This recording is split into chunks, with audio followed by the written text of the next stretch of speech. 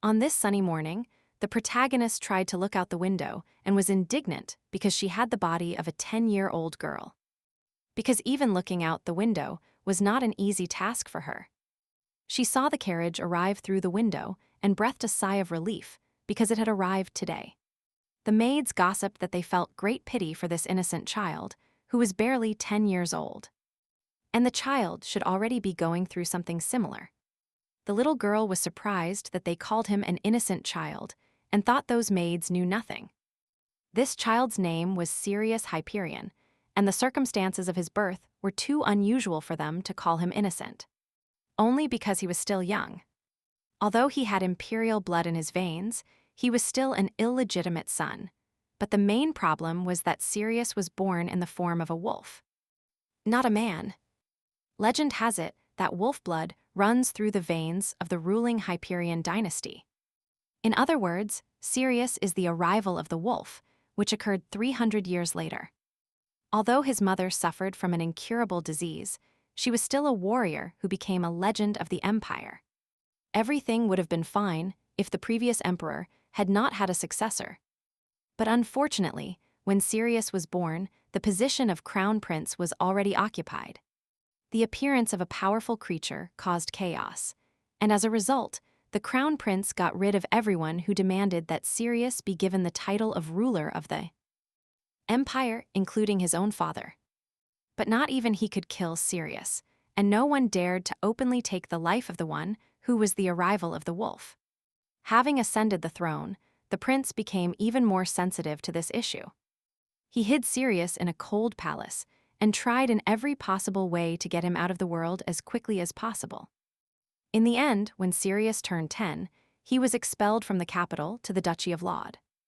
This little dark-haired girl was also a member of the Laud family and was also waiting for the arrival of this young man.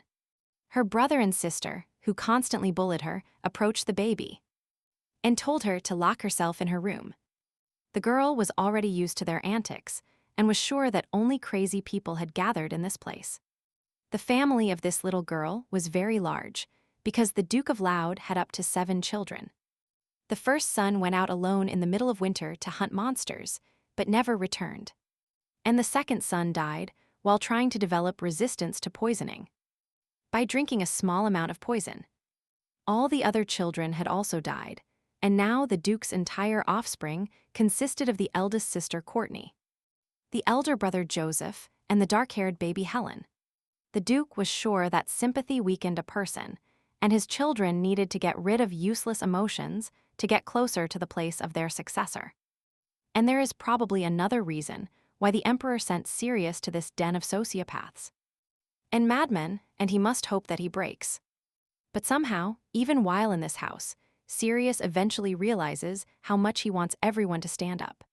This was the content of the popular fantasy novel the girl read, but when she woke up as a character in this story, she thought nothing could be more terrible than such a turn of events, and it was necessary to develop a strategy to cope with all the difficulties. Therefore, the protagonist decided to strictly follow her plan and just observe from the sidelines. Without doing anything. Constantly follow the main character, Sirius, who will solve everything with his own hands. And she will quietly leave the train she boarded as soon as the Laud family collapses. Suddenly, the girl heard a voice behind the door, and it was a beautiful chime, worthy of belonging to the main character. More than any doubt, Sirius was standing behind the door, but it was strange because he was there. And she understood that now that the main character had appeared, her family would completely derail. The baby wanted to close the door, but as soon as she approached, she immediately saw Sirius standing next to her. The child said he thought the door opened by itself due to a draft. The girl understood how strange she was, because she had just decided to live as an invisible person, and immediately flew towards Sirius Hyperion. Over time, this face will be praised, saying that although he is crazy, he is still very handsome. So much so that it is simply impossible not to fall in love with him. And it is this owner of a flawless face who will later kill more than 10 of his fiancées. The girl apologized for her lack of tact, but thanks to the young man, she suffered no harm. Suddenly, he took her hand and said she was quite pretty. The child noticed that the girl resembled the Duke of Loud, so he asked who she was. The child looked around and asked if this room was hers. The girl thought about how she could enter another aristocrat's room without an invitation. And a 10-year-old child should understand that this is rude. There was nothing interesting in her room, and there was not even anything inside that would catch the eye. But the child suddenly said that he had exactly the same thing. Usually, when someone imagines the room of a young daughter of a duke, before their eyes appears a cozy bed with a pink canopy and a pile of toys. And it is unlikely that anyone will draw in their head the image of such a gloomy room where there is not a single plush toy. She once had a room like this, but now Courtney had it all to herself. The Duke claimed that to bathe in luxury, one must prove worthy of it and show how much she fits into the majestic Lode family. The girl was surprised because the young Sirius had been staring at her for a long time. He said that judging by her previous answers, it could be said that the lady clearly does not have a single brain cell. He was silent for a moment and declared that the girl in front of him was absolutely useless. The child noticed that neither his brother and sister, whom he had briefly seen, nor Herslout's eyes shone with a golden color as bright as this girl's. The child wondered when, of all the people he had met there, she was the most unusual character. But she was the one who would do him no good. The Duke's family gathered to welcome their newcomer. He told the children that he would like to introduce them to a child who came to see them today. He introduced His Imperial Majesty's younger brother, named Sirius Hyperion. The Duke informed them that His Majesty had requested to take charge of the education of His Highness Sirius, who would now study with them.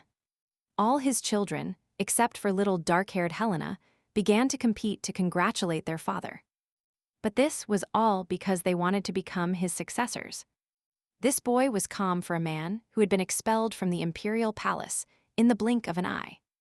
And he found himself in the hands of the famous Duke and his crazy family. He thought this not because his eyes saw nothing, but because he knew how to read other people's emotions. The golden eye, granted to the Duke of Laud, has the ability to read another person's emotions. The current Duke of Loud also used his ability and finally became the head of the family after fierce competition. He informed his children, as ordered by His Imperial Majesty, that they must follow the educational policy of the Loud family. He asked the young man if he had any objections, then, from now on, he would become his teacher. The child said that the Duke was now his teacher, so he no longer needed to be formal with him. The lady stepped forward and informed her father that they would do everything possible to help His Highness get used to this house as quickly as possible. The Duke looked closely at little Helena, who had kept her gaze lowered the entire time. The girl did not want to meet his eyes, because it was clear in his gaze that he considered this little one a pathetic nonentity. She heard this so often that she was already used to this attitude. And the reason for the Duke's fierce hatred is that she inherited the golden eye, which has the powerful ability to visually see the emotions of other people. Courtney loudly asked if her father had really entrusted her with another difficult task in the form of Sirius. She said that in the Duchy of Loud, ranks are divided according to the order approved by the father and, according to what she heard, Sirius was assigned the lowest ranking room. Alina stood up and watched to see if Sirius would remain silent or say something to her. She was burning with curiosity, but at such moments it was better to try not to stand out in the crowd. And the best thing she could do was sneak away from here while no one was looking. But when she approached the door, the little girl heard the sound of footsteps. Courtney stopped the children who were about to leave and looked at them threateningly. She shouted furiously that she hadn't finished speaking and that they should have listened to her until the end. Alina clearly felt Courtney's emotions, who was furiously angry. Sirius said he didn't know if it was necessary to listen to her, and Courtney said she would need an ally to confront her. She considered little Alina a piece of trash that wasn't even listed in any of the rankings. And she always called her a useless girl. My father always said that if he had the chance, he would like to tear her eyes out. So every time her father said that, it really seemed to her that he would take them. Courtney asked if it turned out that His Highness Sirius would have dinner with Alina. The girl said that she could no longer watch this chaos, and that whenever the child was told kindly, he must comply with the house rules. Sirius replied that he did not remember having allowed her to address him by his first name. And even the teacher received his permission. The child asked who approved these rules she constantly talked about. Elena was surprised. This boy easily wiped Courtney's nose, and if she made even a mistake now, she would be accused of insulting her father. Sirius took Elena's hand and told her he was tired, and it was better if everyone disappeared from sight. The girl did not understand why Sirius took her with him, but they left the room together. One way or another, before that crazy pair of brother and sister ran out of the banquet hall. The girl needed to quickly return to her cozy attic room. But 20 minutes later, she realized that the boy was still following her. Elena asked him why he was following her, and her room was in a completely different direction. The young man showed that he did not understand why she was telling him that, and Elena did not expect such a reaction at all. It was difficult to imagine her companion Sirius acting like this, so the little lady decided to simply run away from him. The young man said he didn't say a word about you chasing her.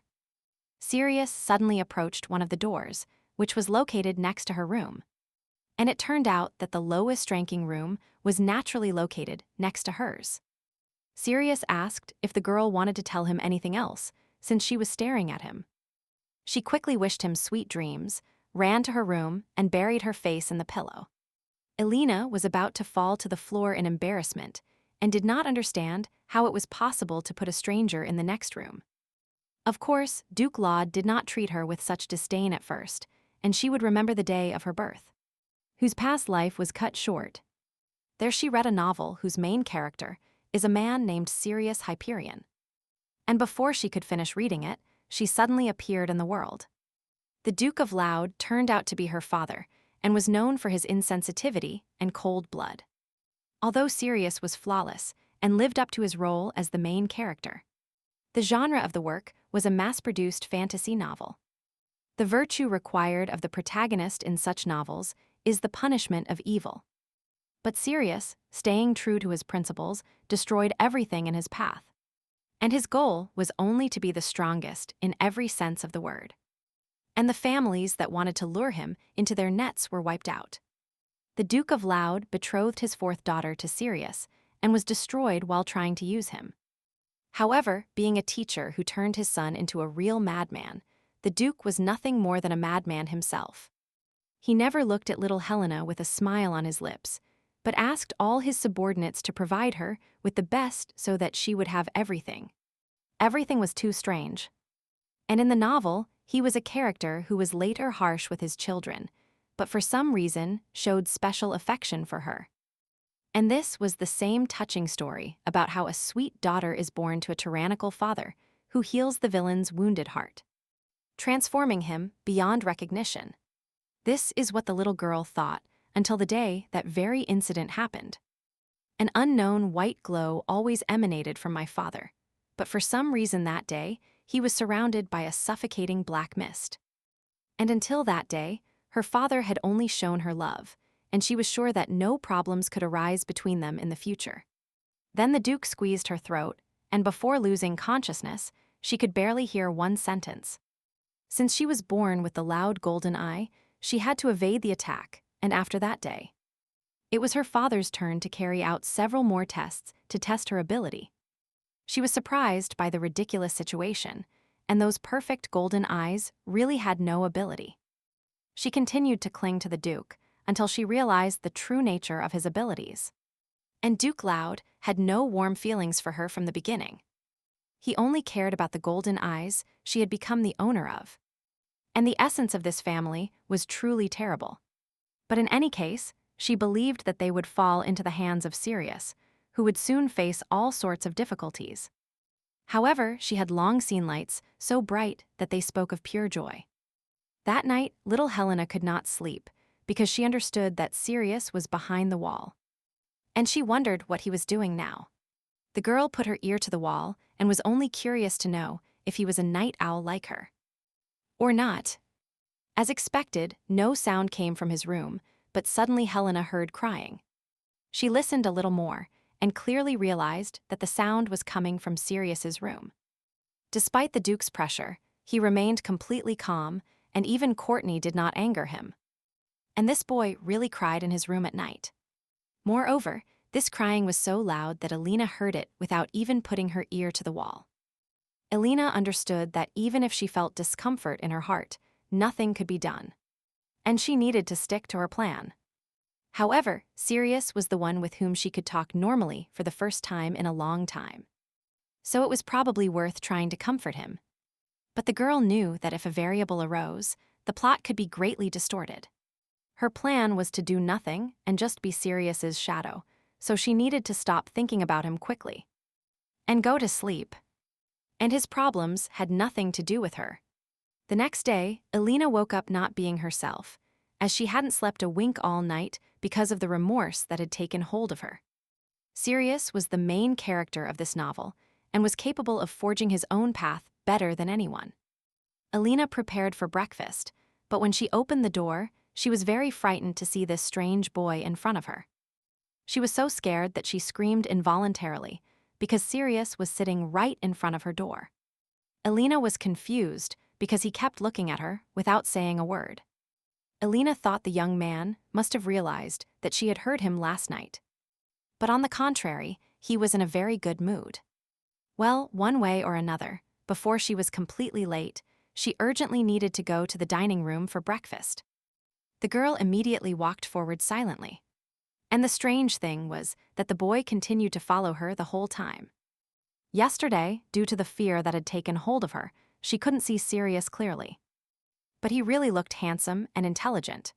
Together they entered the hall, in which, as Alina expected, there was absolutely no one.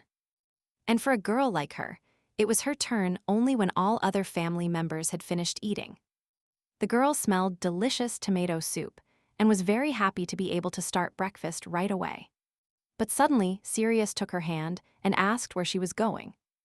Alina told him that she had to go to the kitchen every day and bring her own food. However, Sirius, being a member of the imperial family, never expressed his displeasure with such an attitude. The girl felt uncomfortable because Sirius was still staring at her and didn't even touch the cutlery. There was no red glow on him, which meant the boy was not angry. But it was not entirely clear what the problem was. Alina gathered her courage and decided to say something to the first child and wished him bon appetit. The moment Sirius sat outside her room, he looked at her intently and immediately bowed as soon as they exchanged greetings. But as expected, her suggestion that he was waiting for her was just an illusion. And he was probably just waiting for her morning greeting. The girl noticed that Sirius had a very pretty face, and now, when the sunlight fell on his silver hair, he really looked like a fairy. However, do not forget that this humble Sirius is a little beast, a character who knows how to return what he receives. Even if the enemy is his blood relative. He is not someone who clings to someone like an idiot. Alina was very curious to know why she heard him cry last night, but she knew she had to control her curiosity. The next day, Courtney again shouted loudly at someone in the estate's courtyard, calling him a monster. Courtney's screams could be heard even on the second floor, and at that moment, Alina saw Sirius wielding a sword in the courtyard. Today was Sirius's first lesson as the Duke's student, so Alina deliberately chose such a good spot to observe the progress of the choice. She had absolutely nothing to do in this huge ducal castle. And throughout the day, no one initiated a conversation with the girl. And all because she had a peculiar position in this mansion. After the Duke stopped showering her with his love, everyone predicted her imminent death. Because she had been in poor health since childhood. Therefore, it was unanimously decided to treat her as heir, because in this castle there were only people who hated her. Or ignored her. Helena could not miss such a fascinating sight. And this boy with his whole appearance proved that the myth of the Hyperion Empire about the arrival of the wolf was the absolute truth. And most likely, it was not just a matter of enormous strength, but also the fact that his field of vision is wider than that of others. And his intuition is like that of an animal. As Courtney said, it was difficult to see him as a person, and many already considered this little one a monster. The Duke asked Sirius to stop and lower his sword. The Duke informed that the boy's movements were erratic and asked him to bring a special installation for fencing practice.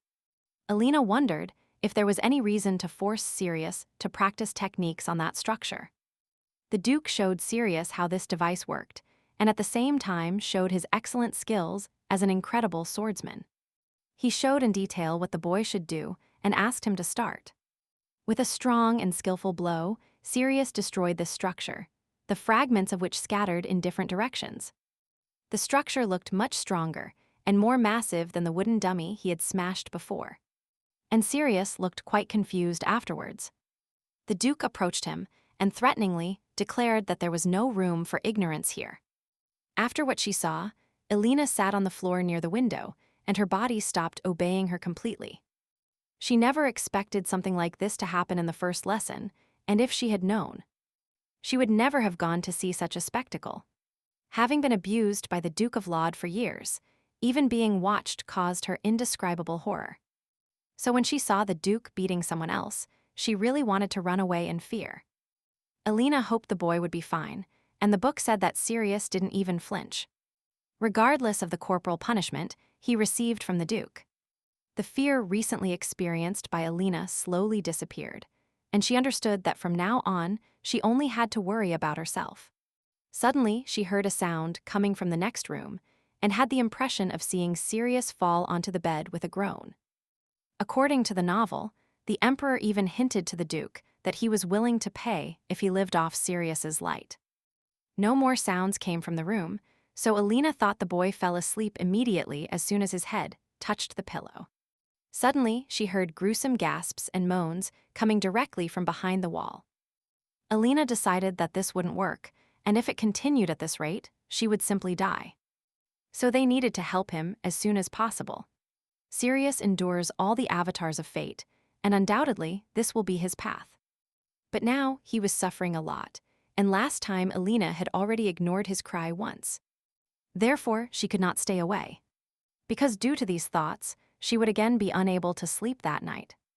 It wasn't just that she had a guilty conscience, but she was sure that Sirius was her insurance.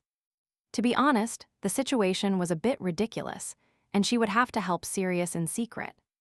But there was nothing she could do. His life has been filled with revenge and the madness that accompanies it, but those who have cared for Sirius since childhood knew that he was a deceiver.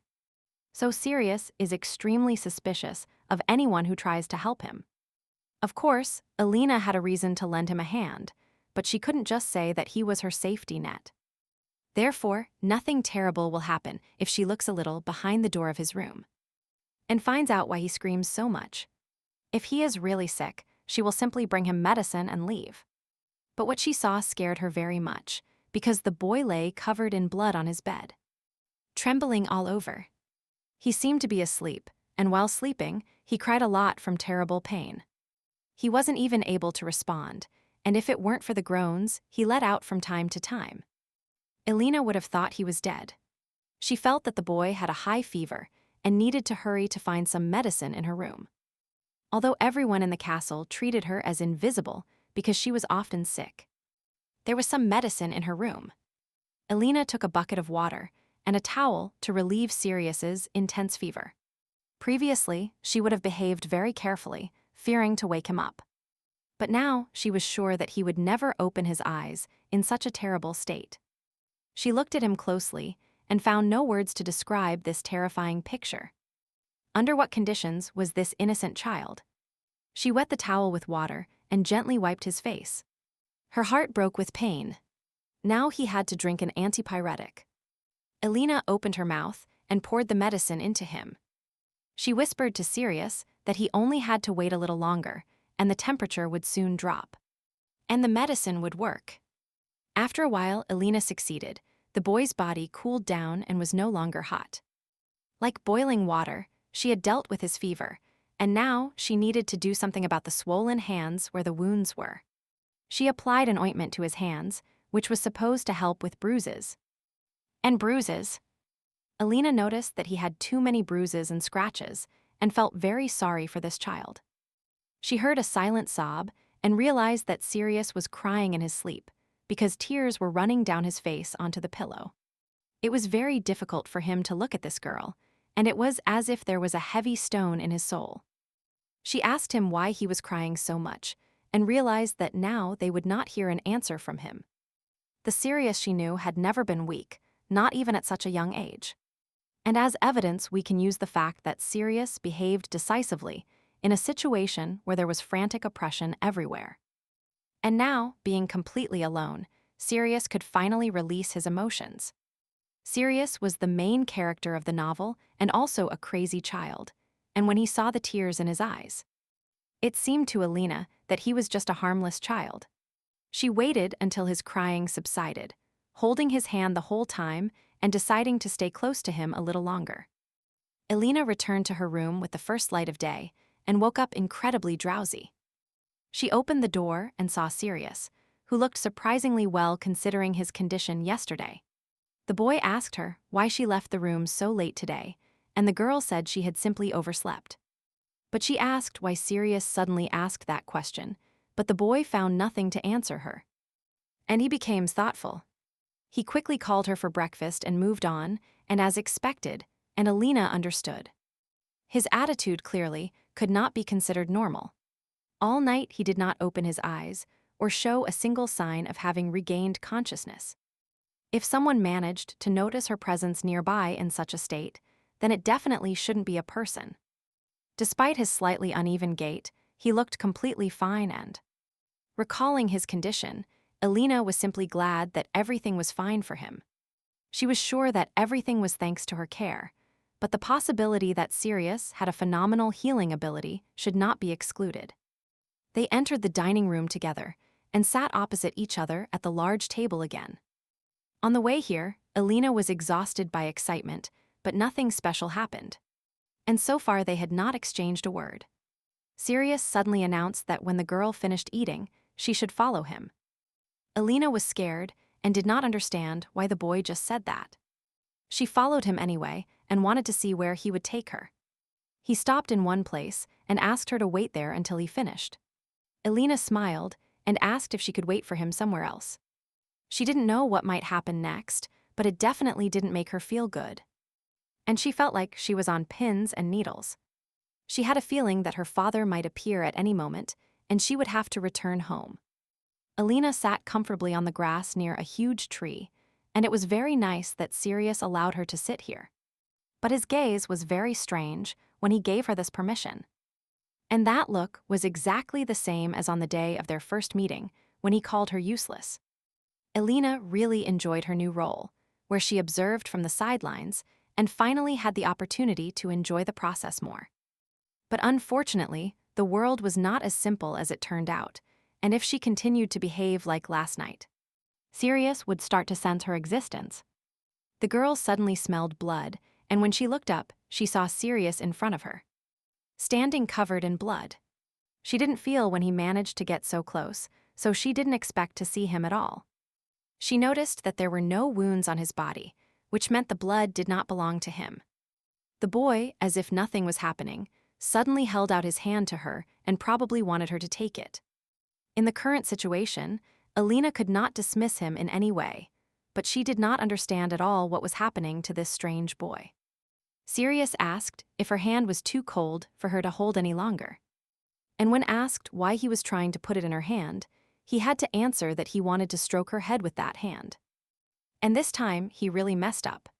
Of course, the big advantage was that his voice did not tremble and sounded confident, but the words spoken were clearly too much.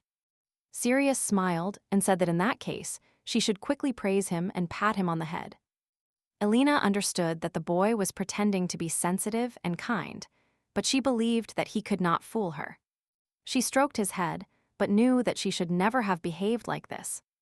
And since the person stroking the head does not express displeasure, then everything is in perfect order.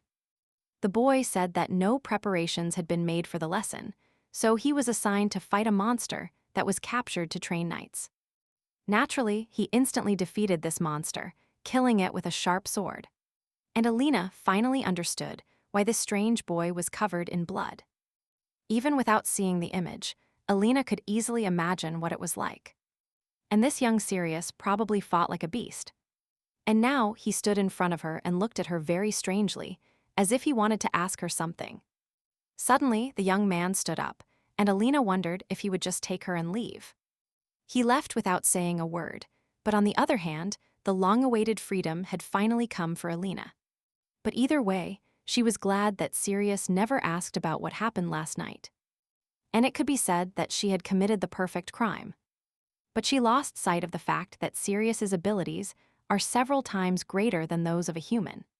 And to the above, it is worth adding one fact: that the criminal always returns to the scene of his crime. And 30 minutes earlier, Alina was overcome by a wave of regret. She managed to reconstruct an image from conversations overheard between servants and maids.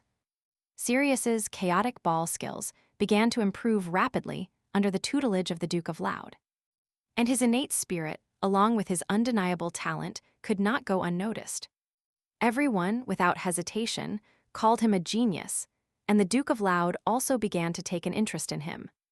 So Joseph, who used fencing as his main skill, was rightly so very nervous. It was in this situation that the Duke of Loud ordered Sirius and Joseph to fight each other. The man was very curious to see which of these boys would win. The expressed assumption that Joseph might lose to his opponent must have completely deprived him of the ability to think sensibly. So Joseph attacked Sirius before the countdown was complete. Although Sirius managed to block the attack with his sword, despite obvious rule violations, the Duke did not give the order to stop the fight. And Joseph's sharp sword touched Sirius's body, although the latter managed to dodge it in time. The match ended, and Joseph was informed that he would be punished for violating the rules. After this, the boy bandaged his own wound, albeit extremely ineptly, because blood continued to run down his clothes.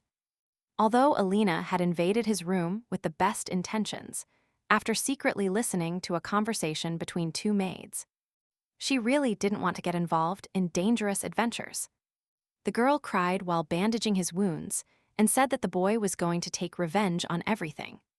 Therefore, he should not have died here, because there are still many important things to do in his future life. Suddenly, Sirius stood up and took her hand, and Alina was very scared. She did not expect him to wake up, and Sirius looked at her with a very penetrating gaze. Alina feared that her behavior could be dangerous and trembled in his touching eyes. He asked what that meant, but there was not a single suitable excuse in her head. She wanted to try to escape from here, but the young man did not allow it, throwing her onto the bed. Fortunately, he turned so that the wound was not affected, but now they were too close to each other. She covered his eyes with her hands and shouted that she was only dreaming. The boy laughed cheerfully, not understanding why she was covering his eyes with her hands. She began to tell him words about the dream, which sets with the first rays of the sun. So the boy needed to fall asleep as soon as possible. She listened to him fall silent and was surprised, but Sirius actually closed his eyes and fell into a deep sleep after that. But even if he regained consciousness for only a moment, he managed to see her face clearly. And as she thought, now she had no choice but to flee quickly. Although the ducal family was disgusting, as long as Helena was here, she at least had a roof over her head. And food. She saw that Sirius's condition had stabilized a bit, but he still looked very pale. And for the ducal family to collapse, Sirius first had to survive, so now she needed to do everything possible to achieve this. With her reckless actions, she attracted the attention of the main character, but fortunately she had a golden eye. And if other strange changes appear, she will immediately be the first to leave this house. Well, as Alina thought, not even a day had passed before Sirius began to behave even stranger than before. Since she had already planned her escape, she woke up and immediately began sorting through things she could earn money with. But the only question was, who would buy medicine from a 10-year-old girl? The only good thing about the situation was that Sirius was not doing anything at that moment. So she had a little more free time. Therefore, Alina did not say at all that she had given up. She was simply sure that she had a strong argument in hand. Suddenly, she smelled blood just as she was about to go to breakfast. She opened the door and saw Sirius sitting on the windowsill, drops of thick blood dripping from his shoes onto the floor. She almost screamed in surprise because Sirius looked very strange. Judging by the puddles of blood in the hallway and the bloodstains on the bandages, it is safe to say that yesterday's incident was not a dream. But for some reason, Sirius was in such a good mood. The boy asked the girl to follow him, and she cautiously accepted his proposal. At most, she expected Sirius to look at her with contempt, but on the contrary, he looked her in the eyes with a radiant smile on his face. But he is probably just testing how brave she is, and maybe she should slow down and sneak away right now. Alina understood that Sirius was constantly adapting to her pace, so she would have to follow him with resignation. The boy suddenly asked if the girl wanted to tell him something. She decided to stick to the original plan first and deny everything. So she changed the subject and asked Sirius if he was hungry. Otherwise, they should hurry to breakfast so as not to be late. Alina went to the kitchen to get her portion of aromatic mushroom soup from the maids. But Sirius hurried to serve her this soup, and she did not understand at all why he began to behave so carefully with her. They sat opposite each other, and Sirius politely wished her bon appetit. Alina wondered if he really thought that what happened last night was a dream. But even if that were the case, she could not understand why he was becoming so friendly. Alina suddenly heard a knock on the door, and it was strange because until today, no one had entered the dining room during their meal. The maid brought Sirius certain dishes, which his lordship ordered to be prepared to contribute to a speedy recovery. In the Duke's residence in Lod, high-quality food was the highest reward. And the fact that Sirius had the opportunity to try a special menu suggests that he was able to gain the Duke's recognition and win a reward. But if this is really the case, then the Duke should have sent him a doctor yesterday. Despite being Helena's father, but in terms of insensitivity, no one can surpass him. Sirius took food from his plate and asked Helena to eat a piece. And apparently, he was going to watch her until she ate this piece of meat. It was the most delicious thing she had ever eaten in her life. And while chewing a delicious piece, Sirius said that he had dreamed of her yesterday. If you think about it, this was not the first time she had appeared to him in a dream. And in the previous dream, he even took her hand. Alina understood. She entered the next room and took care of him so that he would not accidentally die. But seeing the tears in his eyes, she unconsciously took his hand. The girl fell silent, recalling this incident, and Sirius asked her why she didn't answer him. Alina realized when she thought about it, it seemed that they had never talked to Sirius for so long. It seemed to her that everything would be fine, so she carefully asked what the dream in which she appeared to him was about. Sirius replied that it was just a good dream and thought about her words for a moment. Sirius decided. The expression on Alina's face seemed to indicate that he was not giving her an adequate answer about his dream. Of course, at first the dream was like a nightmare, but in the end, Sirius got what he had desired all his life. On the day of his arrival at the Duchy of Lod, Sirius had a glimmer of hope because he had finally escaped the disgusting imperial palace. Until today, he was just the arrival of a wolf and a prince in name only, and it was absolutely true that he survived. With all his heart, he imagined a new life, which was closer every second. So his soul was filled with the desire to live a normal life, like other children, who in the morning wonder if everyone slept well, play with their peers during the day, and quietly fall asleep in their beds at night, and if possible, the child dreamed that someone would also wish him good night. This sincere childish wish dissipated instantly like a mirage when he personally met the Duke of Lod. Sirius had already seen a similar look, so he immediately guessed what awaited him. And the imperial palace and the Duchy of Lod were all the same terrible nightmare. The Duke examined him with eyes like a snake looking at a toy, and the other family members were no different from him. And Sirius could not help but notice the subtle touch of hostility in those eyes. And in this case, it was for these reasons that the boy decided to respond to hostility with hostility. This is how he survived in the imperial palace, and most likely in this castle, the same fate would have befallen him. And Sirius sadly thought that no matter where he went, there would be no changes in his life. He should have immediately understood that the emperor would never send him to a place where there was a favorable atmosphere, and that he should not have indulged in illusions. And at that very moment, he was walking down the corridor, and a door opened in front of him, from which Alina, excited, flew out shouting for the first time. Sirius realized at that moment that he had met a girl who was completely different from the others. This girl had golden eyes and looked more like a member of the Loud family than anyone else, even though her name was Alina. Immediately after their meeting, many interesting incidents happened, especially this funny situation where she mistakenly thought she was being followed. And then she turned red as a tomato. At that moment, continuing to choke with laughter from the notary, Sirius felt for the first time that he was having fun. But his face remained unchanged. Therefore, Alina, of course, could not guess anything, but that very beautiful evening she wished him good night. But for some reason, at that second, there was no trace of Sirius's joy. Not to mention that his mood deteriorated. Most likely he felt something akin to shock. As a result, he was surprised to see that one of his wishes, which he had decided to give up, came true unexpectedly. And he probably shouldn't have remembered that moment when his eyes filled with tears. But he had never felt as weak as then. Alina did not understand his behavior at all, but she wanted to believe that the boy treated her well.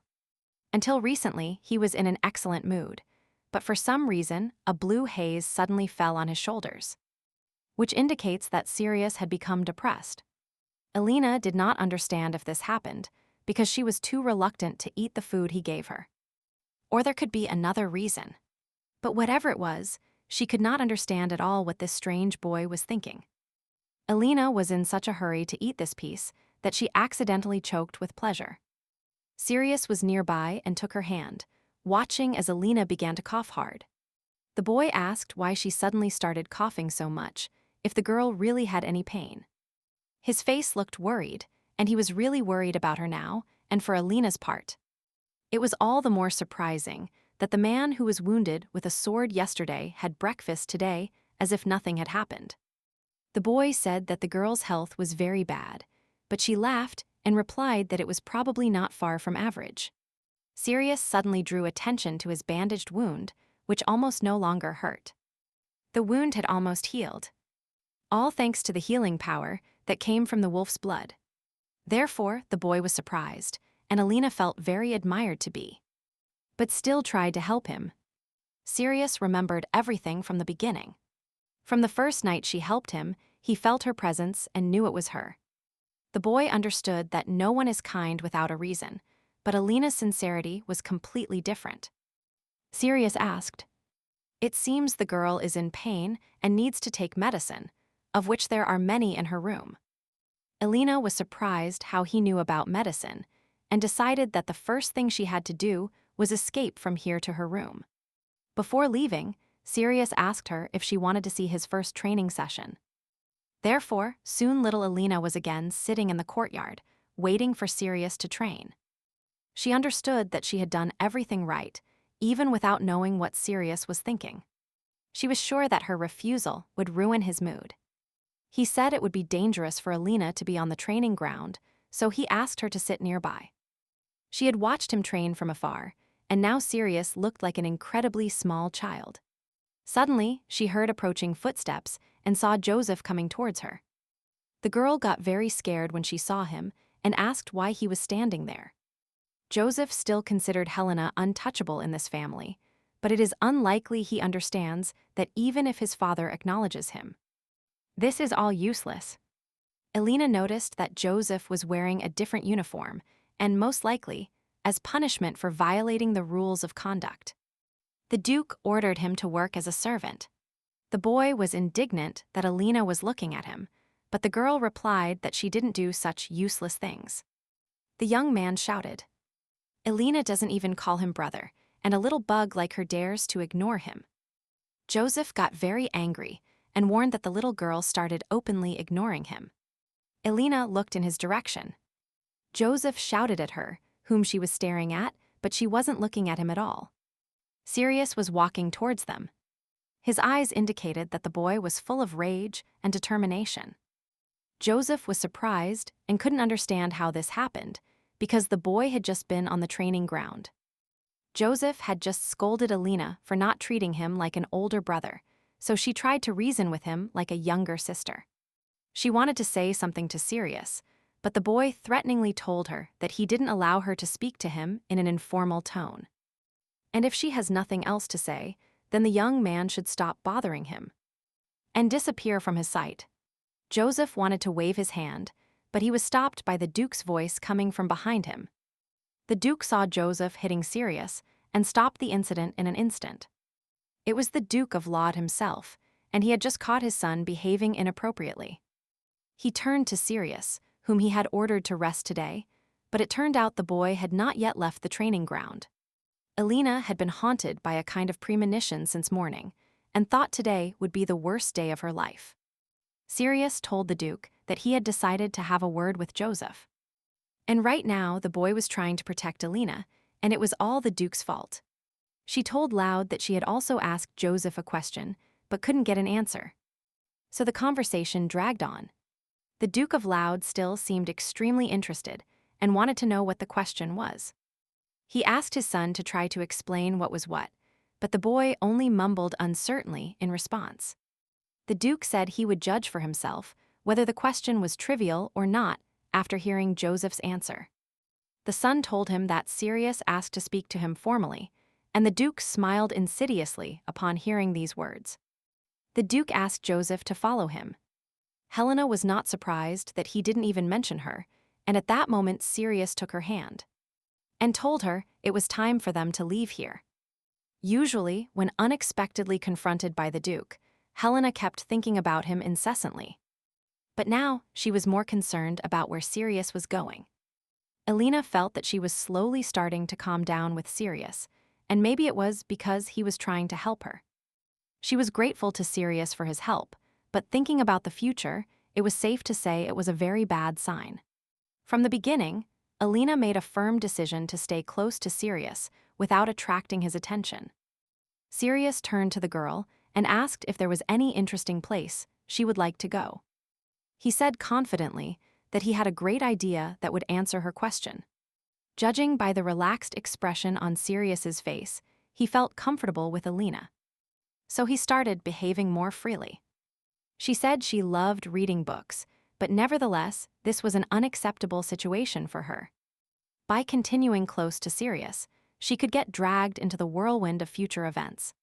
Alina had to distance herself from him somehow, so she said that the process of choosing a book took her a long time. And she hoped the boy would leave now. Sirius looked very cute when he was a little annoyed by this answer, but Alina was sure she needed to be firm. He asked her if he could wait for her outside, and the girl herself didn't understand how she answered his question with consent. Alina understood that since Sirius was fine now, it meant everything would be fine for her for now. And seeing his sweet, angelic face, she felt she had done the right thing by giving him her permission. As soon as she closed the door, she immediately clutched her head with cries of indignation. Because she had a weakness for such cute faces. Alina understood that she alone was to blame for what had happened, and now she needed to sort out her thoughts about Sirius. Because now he seemed incredibly charming and cute to her with his pretty face. But later, this sweet child would grow up and brutally deal with the entire empire. Alina knew she had to be vigilant, and even despite the murder of so many fiancées, Sirius could get engaged again without any problem. And although the girls kept doubting his intentions, any of them could refuse the engagement. But they were fascinated by his appearance. Another woman who approached Sirius to kill him, at the decisive moment, could not pierce his heart with her dagger. Subsequently, Sirius's hand didn't even tremble and he killed her mercilessly. And to summarize, we can say that Sirius was distinguished by dazzling beauty his whole life. However, the book never said anything about how cute he was, and the novel simply used Sirius's childhood as a springboard to put future events in a better light. His childhood appearance, buried under the weight of adversity and suffering, did not fit his sweet description in any way. Alina slowly chose a book for herself and was saddened to think that the boy was still waiting for her at the library door. She decided to open the door a little and check if he had left or not, but Joseph's voice stopped her. Elena didn't know what happened after her father took him away, but one thing was very clear to her. The boy was now in a disgusting mood. There were those in this family who found Elena's lifestyle ridiculous and didn't give themselves the chance to mock her. And most of the time, this is exactly what Joseph did. Therefore, she was sure that nothing good could be expected from meeting him. And she needed to leave here as soon as possible. Joseph handed her something and asked her to give it to Sirius and add that it was from the Duke of Loud. Elena asked what it was, and the boy was indignant that she dared to insert her words into his monologue. He sharply turned the thing wrapped in a rag, but at that moment, his base was saved by Sirius. And it really was him, although Elena was sure that the boy had already left. Sirius apologized because she said to wait for him outside, but Elena tried to assure him that there was no need to apologize for anything. She felt a slight remorse for making him wait so long. But suddenly, the boy asked her to wait aside. Elena handed the item to Sirius, and Joseph declared that she had followed his orders as instructed. Sirius asked if the young man was really going to leave after throwing that thing at Elena. Joseph shouted that he really should apologize to this pathetic girl. But Sirius's piercing gaze meant only one thing. Joseph wouldn't get away with simple apologies this time. Sirius stared at Joseph, who was next to him, and waited for some reaction from the boy. Then he hit Joseph with all his might, so much so that he even flew in the other direction. He hit him so hard that the young man flew into a bookshelf, and they fell in a heap on his head. There were sparks of fire in Sirius's eyes as his blood boiled over the perfect punishment. Joseph shouted, wondering if the boy had hit him over something trivial. Sirius replied that he didn't expect the young man to be able to stand firm, and that he would certainly continue to show excellent resilience. Joseph decided to show the boy his place and waved his hand, but he skillfully stopped him. It was incredible, but Joseph couldn't move a finger, and Sirius was really much stronger than him. The boy continued to hold him, and Joseph felt like his wrist was about to be crushed. With a wave of his hand, he threw Joseph, who fell onto a pile of scattered books. Sirius noticed that the same vile smile had finally disappeared from Joseph's face. And because of his impudence, the boy had almost caused Elena a serious injury. Sirius was very indignant that this vile boy dared to lay a hand on his only good person. Therefore, he stood by her side and still asked him to think about his offense. Joseph asked if he could apologize to Helen to make amends. Words can be used to form sentences, but Sirius was sure that there was no power in them to force someone to act in a certain way. Or another. He learned this knowledge through personal experience. During the years he spent in the Imperial Palace, Sirius really wanted to resolve it himself. But he decided that it would be right to hear Elena's opinion on this matter. He turned to the girl, but noticed with horror that the baby was trembling with fear and shaking while clutching her head. Elena didn't understand how you could remain calm in a situation where someone was fighting in front of your nose. A moment ago, while watching Sirius with his sweet face beat Joseph, she felt like she was in a popular novel where all events led to destruction. Sirius approached Elena and touched her head, saying she didn't have a fever, but that the girl's hands were very cold. Elena said she was fine and her health had nothing to do with it, only that she was a little scared. Sirius declared that she was too weak and suddenly grabbed her over his shoulders so that she wouldn't strain herself while walking in that state. The girl had no idea why Sirius suddenly changed his attitude towards her. But in this position, she felt the warmth of his embrace and really liked that feeling. After he carried her to the room, Elena said that she hadn't had time to thank him for his help before. Sirius replied that seeing the color return to her cheeks, he was now convinced that she was really just scared. The boy asked what to do with Joseph, and the girl replied that it wasn't about whether she wanted him punished. Or not, she just thought he had already been punished enough. She was about to go to her room, but Sirius said he had come up with the best way to solve the problem, and that she needed to follow him urgently. He announced that they would go to the master because he was going to tell him about them. Sirius extended his hand to her and told her that if the girl was scared, then she could take his hand. And he perfectly understood her fear, but he was sure she could trust him. Alina had no idea what Sirius was doing, but she agreed and ran with him to the Duke. She was already regretting her answer, but instead of letting him suffer alone, it was better to suffer with him and keep an eye on what would happen. This afternoon, the Duke was in his office with his daughter Courtney. He already knew what happened, and Courtney confirmed that Sirius hit Joseph. But the man was only worried about the fact that his son failed to defend himself from a single blow. And he spent all this time training his son in vain. Courtney thought she couldn't feel any fear, and only by enduring all these sparks flying everywhere, she could get the position of successor. She wanted to take this place of honor and gain the right of the head of the family to oppress and humiliate anyone who dared to utter a word in her direction. The Duke said that among all those he had met in life, Sirius had the most outstanding qualities. So far, even despite the ability of the Golden Eye, the ducal family was subordinate to the imperial house of Hyperion. Even if all family members know how to read human emotions, overthrowing the Hyperion family, where demigods are periodically born, is not an easy task. However, no one who inherited wolf blood has appeared for a long time, so the solid foundation under the feet of the Hyperion family began to crack. And even Sirius is now subordinate to the Loud family. And the Duke understood that a more ideal moment could not be imagined. And the easiest way to achieve this goal is marriage, and the Duke just had 2 daughters. At the time of his conversation with Courtney, a maid approached the Duke and told him that His Highness Sirius and Lady Alina were requesting an audience with him.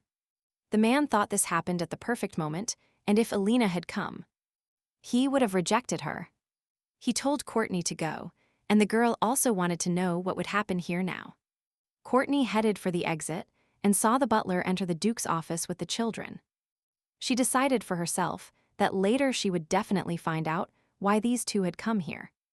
Sirius greeted the master loudly, and Helena shyly greeted her father. As expected, there was not a drop of fear in Sirius's gaze, and Helena didn't even see a cloud of emotion.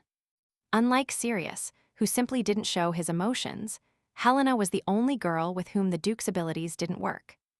There was a time when he thought she was special because it was impossible to read her. But now it was infinitely unpleasant for him to look at this girl. Sirius said he had come to receive a reward because something he really wanted had appeared. It was a reward for Sirius, who showed up for training one day even though he had been seriously injured the day before. He said he would like to study with Alina, and for him, this will be the reward he wants to receive. From the beginning, the Duke found it strange that they were holding hands. But Sirius had probably found someone to get close to in the Duke's residence. Just a couple of minutes ago, he had thought about tying Sirius up as a consequence of marriage. But he never expected that he himself would take the first step. The Duke was sure that Helena, whom he thought would be useless, finally had a chance to do at least something for the good of the family. Otherwise, the murder of Helena's real father will be meaningless. 10 years ago, the Duke of Laut stood before an exhausted prisoner who was in custody. Then he noticed that for someone who couldn't sit and talk normally, this prisoner's gaze was too tenacious. And Laut didn't like it at all. Linus Laud and Hugo Laud were twins, and their faces were similar enough to be mistaken for the same person. However, no one ever confused them. Hugo never smiled, while his brother could always be seen with a warm smile on his lips. And at that moment, he didn't look at him, as if he were ready to devour him, as happened later. He imprisoned his brother and did it solely for his own purposes. He insisted that his brother should have understood something long ago and realized what was happening. That day, he told him that a few minutes ago his daughter was born. He asked his brother to name her Elena, and it was a mutual decision between him and Stacy. All members of the Loud family, except the heir, were forbidden to continue the family tree in one word. It was impossible to create a collateral line. However, Leno fell in love with Stacy, a maid born into an aristocratic family that had fallen into ruin. And with that, he broke the most important rule of the Load family and ran away. After all, it was clear that the current Duke, who knows no mercy, would certainly punish the culprits with death. The reason they could be located, and captured was because Stacy was pregnant. And she couldn't escape properly.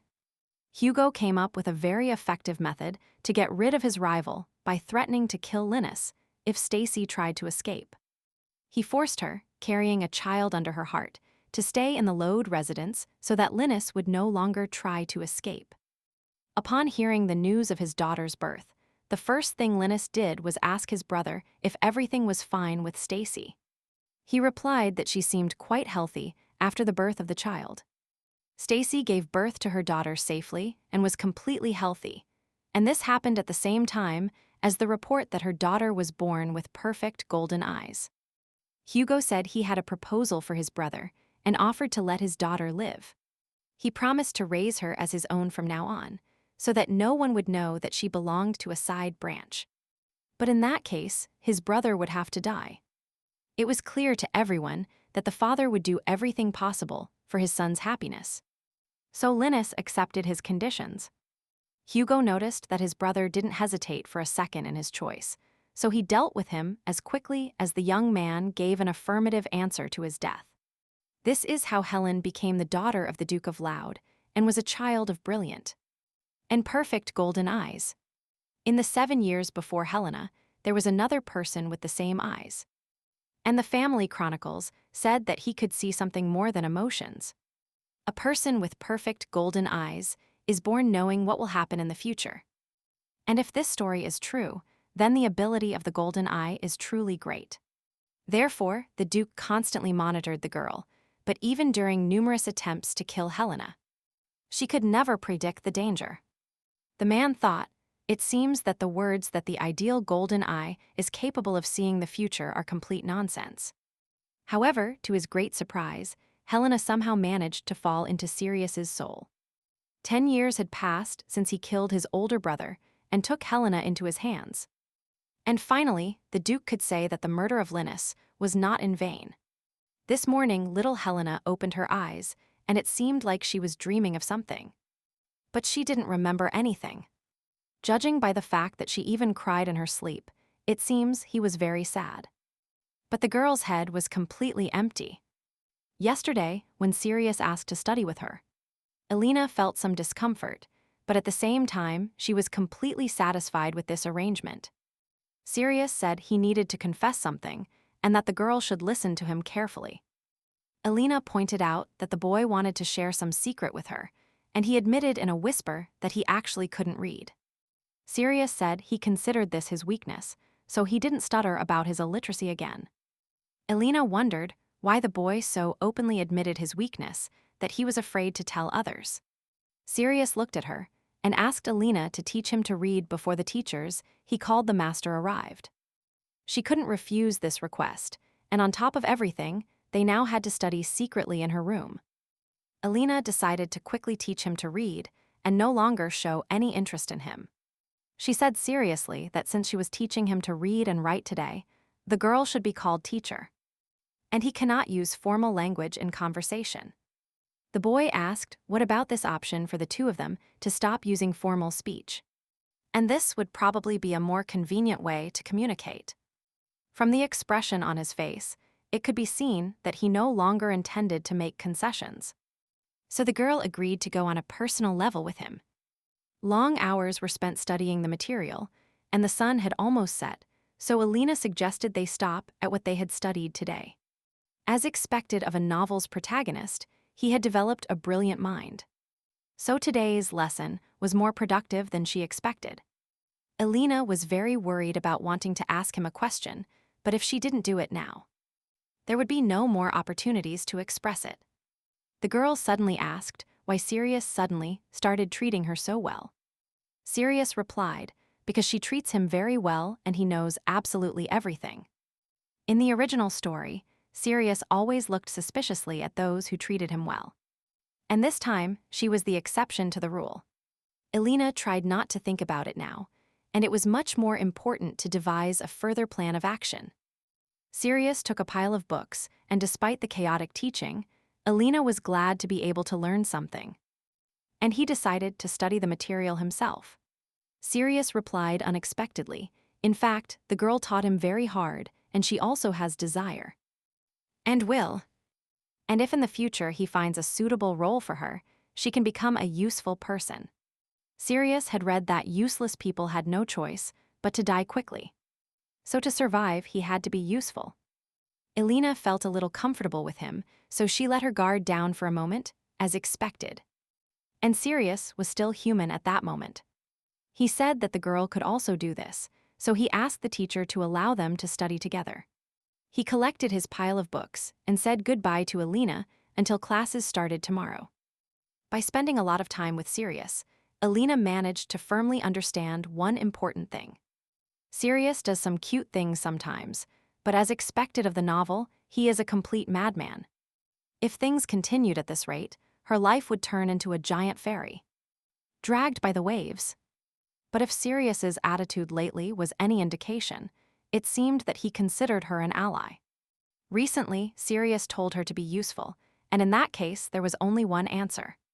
She needed to give up that she was useless. Helena Bibla is sure that if she is a complete mediocrity, Sirius will be the first to leave her. She thought that her new plan could be considered ideal, and that day Sirius invited her to play mother-daughter. As expected, Sirius was bewildered, no matter how you looked at it. Mentally, he was clearly not a 10-year-old child, and he definitely wouldn't be able to endure such games. Suddenly, the boy asked what the mother-daughter game was, and Elena was surprised, because he himself had just proposed it. Elena told him the details of the game, and Sirius suddenly said that he didn't want to fight with her in new roles. And every time the maids chatted, the conversation often revolved around fights between spouses. The girl said they would play in an ideal family, where spouses treat each other with respect. So Sirius must not forget to use the word you. The children divided the roles, and the boy had to pretend to come home in the role of a spouse. It turned out that the boy didn't know how to play at all, so he was completely confused. At this rate, Elena expected phenomenal success, so with a happy smile she asked if her dear husband had returned home. But Sirius opened his eyes and was very surprised when he heard the words she called him with. For some reason, Elena had the strange feeling that she had forgotten something. And it seemed that everything was going too well. She put some fake food on the paper and told him that they would have a family dinner today. After the toy lunch, they lay down together and closed their eyes, and Elena announced that it was time to sleep. The boy greatly regretted that after opening his eyes, the mother-daughter game would end. Therefore, before closing his eyes, he told his dear wife that he would also like to play mother-daughter tomorrow. But then, Elena suddenly remembered that this cute boy was going to kill more than 10 of his fiancées in the future. Sirius lay with his eyes closed and suddenly said that for some reason he felt very good. And Elena decided that starting tomorrow the mother-daughter game would be forbidden. That same day, Helen was informed that her brother Joseph had regained consciousness. Her original plan for today was to learn to play with Sirius, like yesterday, but suddenly the Duke called her. She went to Joseph's room and saw the boy lying in his bed. And in fact, everything turned out to be much worse than she thought. Elena said she came to receive his apology, and before that she demanded that he behave like a younger sister. So now she came to reprimand him like a younger sister. After that incident, she learned that what Joseph gave Sirius that day was a real sword. Inherited personally from his father, so Joseph was consumed by envy. And he became furious. For his own good, it would be better if Joseph offered a sincere apology, as Sirius would clearly notice that the apology was just for show. Joseph asked if he sincerely apologized and received forgiveness if Sirius would leave him alone. Elena always thought she was a little girl, but now Joseph seemed very scared. And for the first time, she realized that in front of her was only a child. And above all, he feared that after all this, the Duke might dismiss him as unnecessary. Elena decided to help her brother, but in response, she only heard an insult towards Sirius from him. And the girl loudly declared that the boy was deeply mistaken, and that he was doing all this only for the sake of his beloved. Elena understood that if she ruined someone else's life for something like this, it would leave an unpleasant aftertaste in her soul. Therefore, she asked him in one way or another to watch his language and be careful in his actions. After dealing with Joseph, it was now Sirius's turn. She found the boy in the courtyard, and at that moment, he was writing his name in the sand with a stick. Alina noticed that Sirius looked very happy, but in a moment he unexpectedly approached and kissed her on the cheek. The boy smiled and asked what Alina would like to play today, because a good day awaited him. Alina suggested that he watch the ants instead of playing mother and daughter. And this time, she was determined to act according to the plan. The mother-daughter game plan failed because Sirius was having fun. So this time she chose the least significant game. They found a huge anthill full of large and small ants. Sirius admitted that at first he thought watching ants would be boring. But it turned out to be a rather interesting activity. Alina understood that she wouldn't get anywhere, and at this rate she would suffer another failure, so she first needed to quickly change the subject. She asked why the Duke had called him, and the young man said that the teacher had warned him that she would be leaving for the capital for a few days. And she was already looking for a tutor for him. In any case, Alina successfully changed the subject, and now she thought they could go back. Alina suggested returning home, and the young man said that this forest was really huge. But he thought that in front of him, there was only a small forest within the garden. Alina said she had heard that this forest was over 200 years old, but she had never thought of entering it. And look around. She noticed a tree that was particularly shining and invited Sirius to come closer. She touched the tree, and in its hollow she found a pendant that someone must have hidden there. Although the pendant was rusty, its lock gave way and opened easily. And the children saw inside a photograph of a blonde, green-eyed girl. And with her name writ. Inside the pendant in small letters was written Love, Stacy, and Alina's face changed when she read the name. Alina suddenly ran forward and said she knew that name. Sirius asked why she started running and what happened. The Hyperion Empire worships the imperial family as gods and believes they are living myths in their own veins, with divine blood flowing through their veins. The children unexpectedly found themselves in the family cemetery, and Helena confidently approached one of the tombstones on which this name was written. The current Duke of Loud had only one wife, and she died shortly after the birth of his sixth child. So everyone nicknamed Helen an illegitimate daughter. This is because even without knowing who Helena's mother was, one thing was certain. Alina is not the daughter of the Duchess of Loud.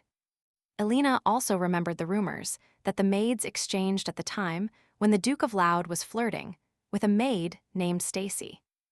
It was speculated that because the maid had the same green eyes as the Duchess, she attracted the Duke's attention. Alina said she wondered if her mother had relatives, but at that moment, her father said she was an orphan. That conversation happened too long ago, so Alina didn't remember the details of the emotions surrounding her father. Sirius pointed his finger at her and said that they were very similar, and that this girl was actually her mother. Alina put on the pendant and proudly declared that this girl was indeed her mother. And she felt that everything was going that way. Alina was worried.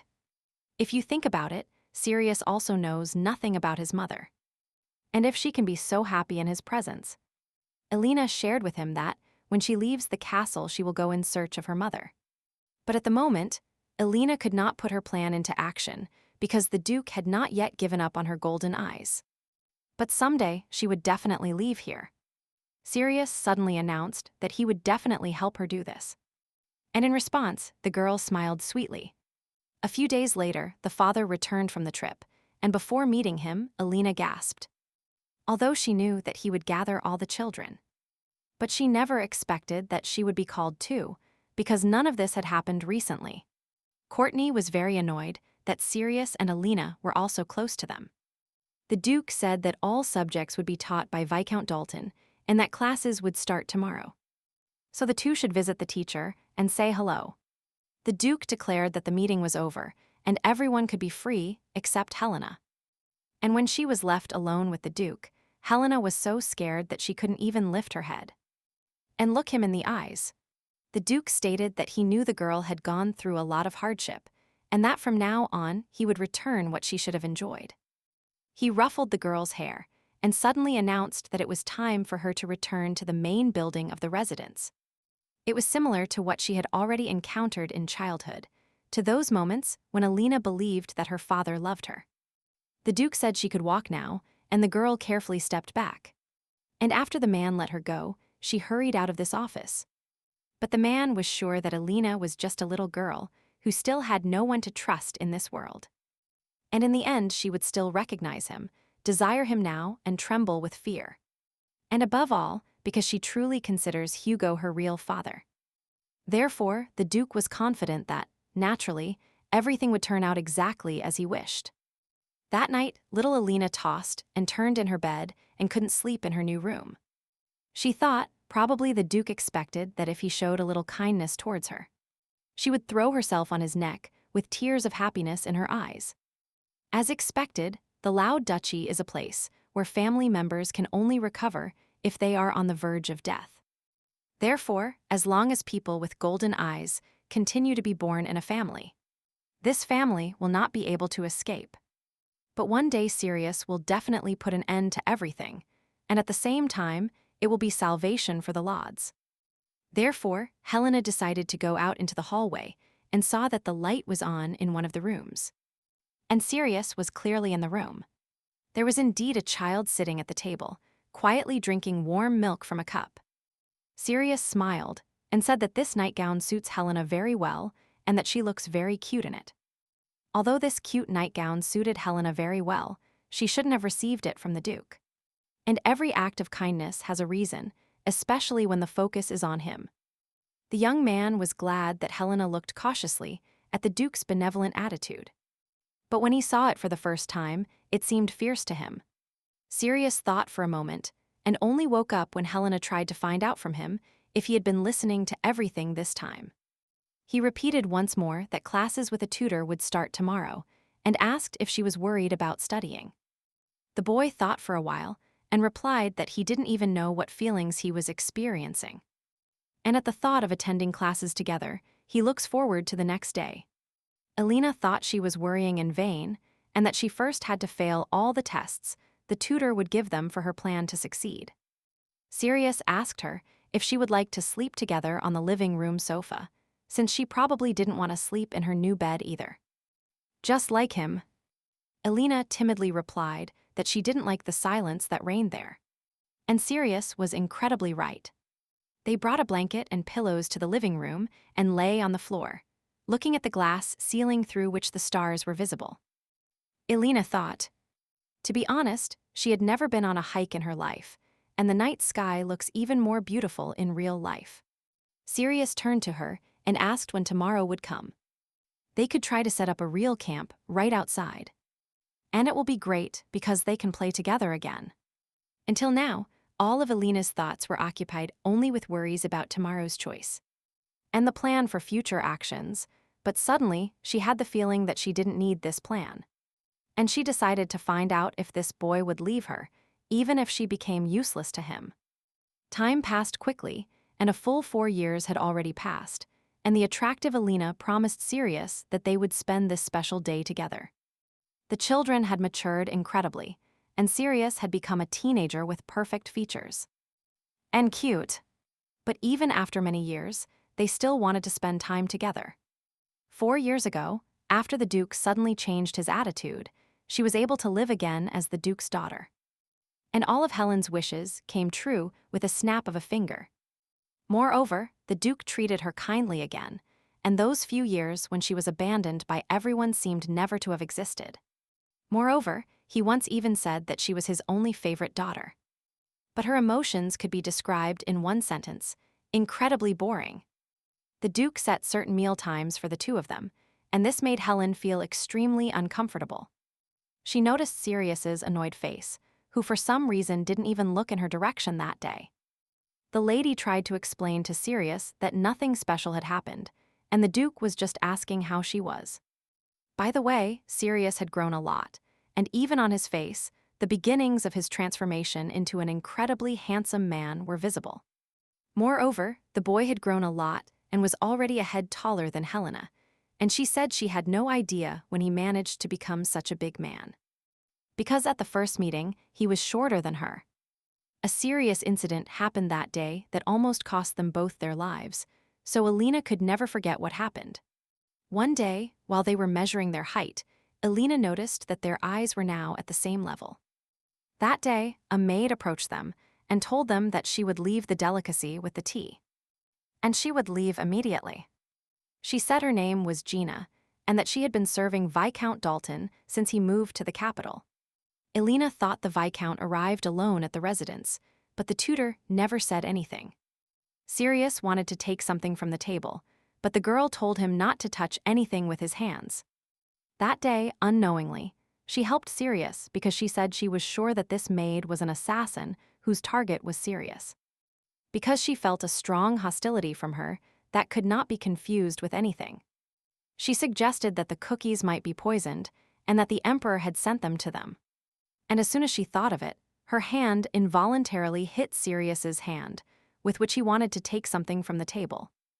If the accidentally ingested food turned out to be poisoned, Sirius, overcoming the pain, tried to find a safe place and hid there temporarily.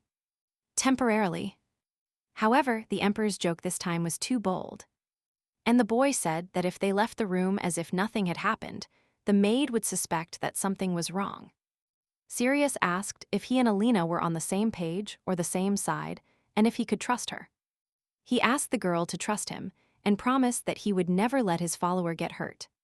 Alina wanted to trust the boy, but whatever they say, he was an assassin, and her thoughts were still confused by fear. She remembered that Sirius had settled in the laud ducal residence and had been on the verge of death many times due to assassins sent by the Emperor. But one thing she knew for sure. At that moment, there was no one to stop Sirius, and he ate 3 cookies.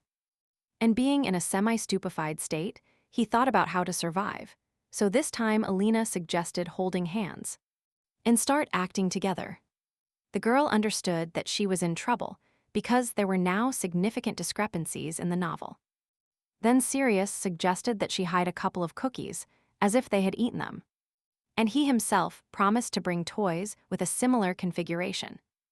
Alina thought, so as not to be a hindrance, she should at least do what he asks. Alina hid the cookies, and Sirius brought a large teddy bear, which was supposed to be his replacement. They came up with a story about how they suddenly started feeling sleepy due to sleeping pills. So at first they had to hide inside. Sirius was going to take the opportunity and leave the closet first, and Alina suggested staying there until he called her. And after a while, the same maid entered the dining room, in whose hands was a huge kitchen knife.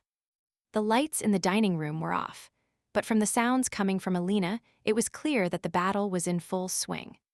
She felt a clear murderous intent, and this emotion definitely belonged to 2 people.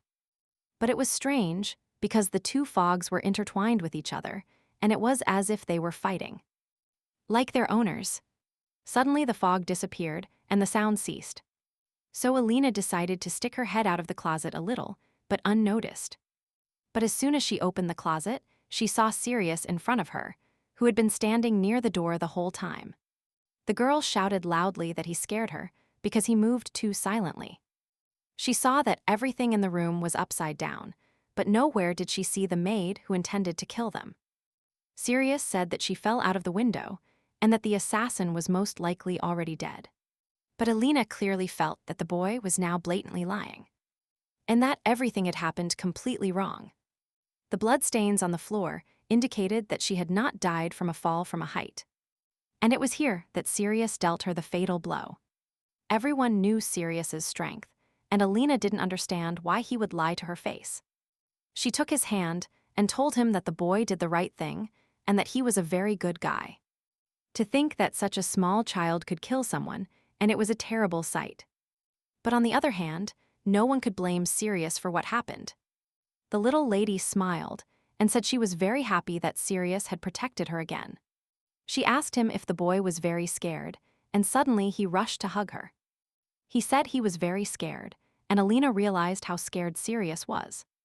Then Sirius called her by her name. And at that moment, she wanted to tell him the 3 most important words. Years later, Alina remembered this and was surprised that they even had the chance to be in such a situation. Alina asked if Sirius was still in a bad mood with her, claiming that there had really been no conversations between her and her father. Sirius had continued to build a wall between them lately, but today he was being particularly sarcastic. Elena said that she could also get angry and have fun alone, while the young man coldly turned his back on her. After her words, Sirius thought that at this rate, he might really go crazy from everything that was happening between them. Every time Elena did something like this, it seemed to him that his sanity was leaving him. Sirius knew perfectly well what was happening to him, but he preferred to remain ignorant. He was sure that she would never reciprocate his feelings, and it would be better if he didn't understand what was happening.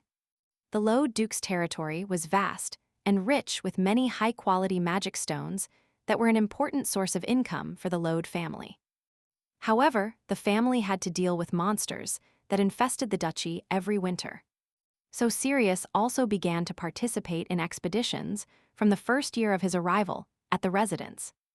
Punitive expeditions against monsters were on a different level than fighting individual monsters. So to see a clear example of the hunting process, the Duke ordered the boy to follow the punitive squad. And of course, he didn't miss the opportunity to proudly demonstrate his skills. The information Sirius received that day was a simple mission. And after one of these missions, he was waiting for Elena near the gate, who was about to leave. Elena said she borrowed his home suit because she had nothing to wear. And she probably looked strange in her clothes. Elena was very happy and looked forward to their joint outing. After meeting the girl, Sirius felt that something was wrong with him due to strange sensations. Recently, Elena said she didn't want to wear a dress, but an outfit that wouldn't restrict movement. So he lent her his clothes. At that moment, everything was as usual. But after seeing her dressed, for some reason he began to behave differently. He couldn't take his eyes off her, and his cheeks flushed with a burning blush. Elena was happy and very excited. She said she didn't even remember the last time she went out to such a place. And in fact, the Duke of Loud had strictly forbidden Elena from leaving the residence a long time ago. Elena said that the young man could not even imagine how surprised she was when he told her that he had received permission from his father for her to go out onto the street. It seems that Elena herself did not know the reason for her imprisonment, but she hoped to receive an answer to her questions someday. But no matter how much the Duke tried to pretend to be a loving father, Helena could not be fooled. It was good that Sirius was the first to speak well of her, but even he could not think that the Duke would actually agree.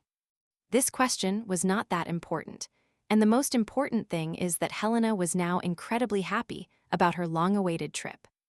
She stood near the harnessed horses, and the coachman said they would leave at any moment. Sirius was heading towards them and declared that he was completely ready to leave. He really hoped that everything would be fine, and the main gates of the estate finally opened before him. And Helena, who were sitting on horseback. One of the knights asked if His Highness Sirius was ready to travel with his companion. And Sirius confidently declared that they were ready to hit the road, while the inspired Helena turned her head in different directions. He asked the girl to concentrate on controlling the horses so that she would not have difficulty keeping up with them. And he told her that today they would go to explore Mount Binks and return before sunset. Every member of the expedition was notified in advance that Elena would participate in this trip. So they all looked at her with curiosity. But for some reason, this whole ridiculous situation made Sirius feel extremely displeased. Sirius informed the knights that they were not going for a pleasure ride, so they should stop saying all sorts of nonsense. The young man was sure that a warning would be enough, and that a more organized atmosphere would not hurt during this mission.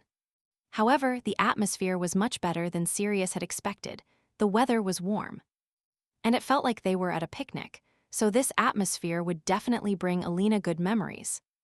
The knights warned Sir Sirius that it was starting to rain, and that it would probably rain for a long time. The young man told Helena that the weather had worsened sooner than he thought, so it would be better for them to return.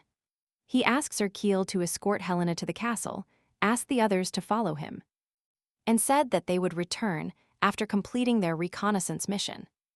Sirius was sure that one person was enough to protect himself, because for several decades, not a single monster had been discovered in this area. But suddenly, he told everyone to stop moving and stay still. Some unusual sound clearly reached Sirius's ears, so he ordered everyone to spread out around the perimeter. And wait. He asked Helena to come closer to him so he could guarantee her complete safety. The young man helped her onto his horse and sat down behind her so he could be close on the way. Sirius ordered all the knights at a signal to scatter in different directions and clear the way. Suddenly, in the place where the knights had left, a huge green monster appeared. And the horse, along with Sirius and Helena, reared up. As expected, the sound Sirius heard before was the earth groaning due to the monster in its depths. Sirius understood that he needed to find the monster's weak spot to defeat it instantly. The young man decided to try throwing the sword and finishing it off in one blow, and it shouldn't be that difficult. But the problem was that Sirius needed to let go of the reins or Helena draw her sword. And he realized that he would only have one attempt to destroy the monster in one blow. He told Helena to hug him tightly, hoping that everything would be fine. But the unexpected Helena could not stay on the horse, and Sirius managed to grab her. After which they fell off the horse and rolled downhill. The knights saw them fall and land on the ground, hugging tightly. Sirius was the first to regain consciousness, and he began to shake Helena to wake her up. And be okay. After his words, the girl woke up quickly, and it seems she only slightly hurt her head when she fell.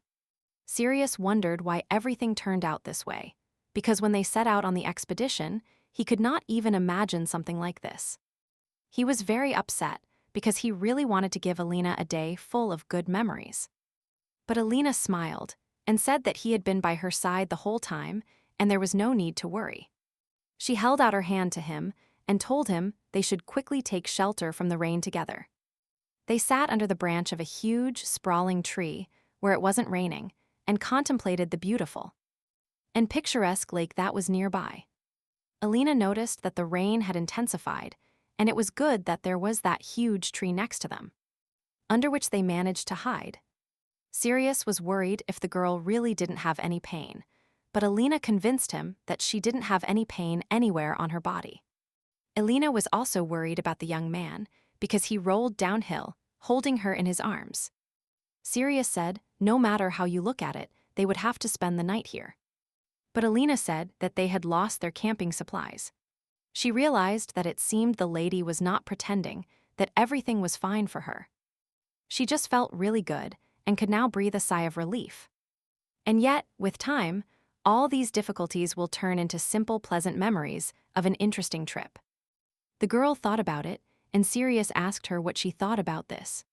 Alina replied that what happened becomes a memory, only if you continue to remember it. Sometimes Alina seemed to be in the clouds and began to express herself in such an unusual way. Speech that deliberately excludes her existence, as if she were someone who does not exist in Alina's future. But in Sirius's future, Alina is always near. He wondered why people think memories can be eternal, and, for example, he will never forget the night he spent with her away from home. Alina cheerfully replied that this was indeed the first time she would spend her first night away from home.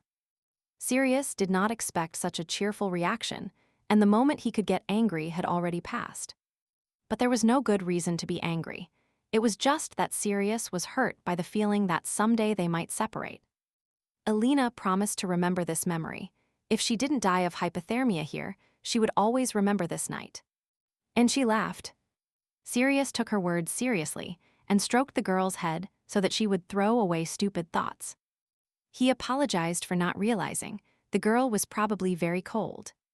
Alina replied that it was a little cold, and she was starting to get sleepy because she was very tired.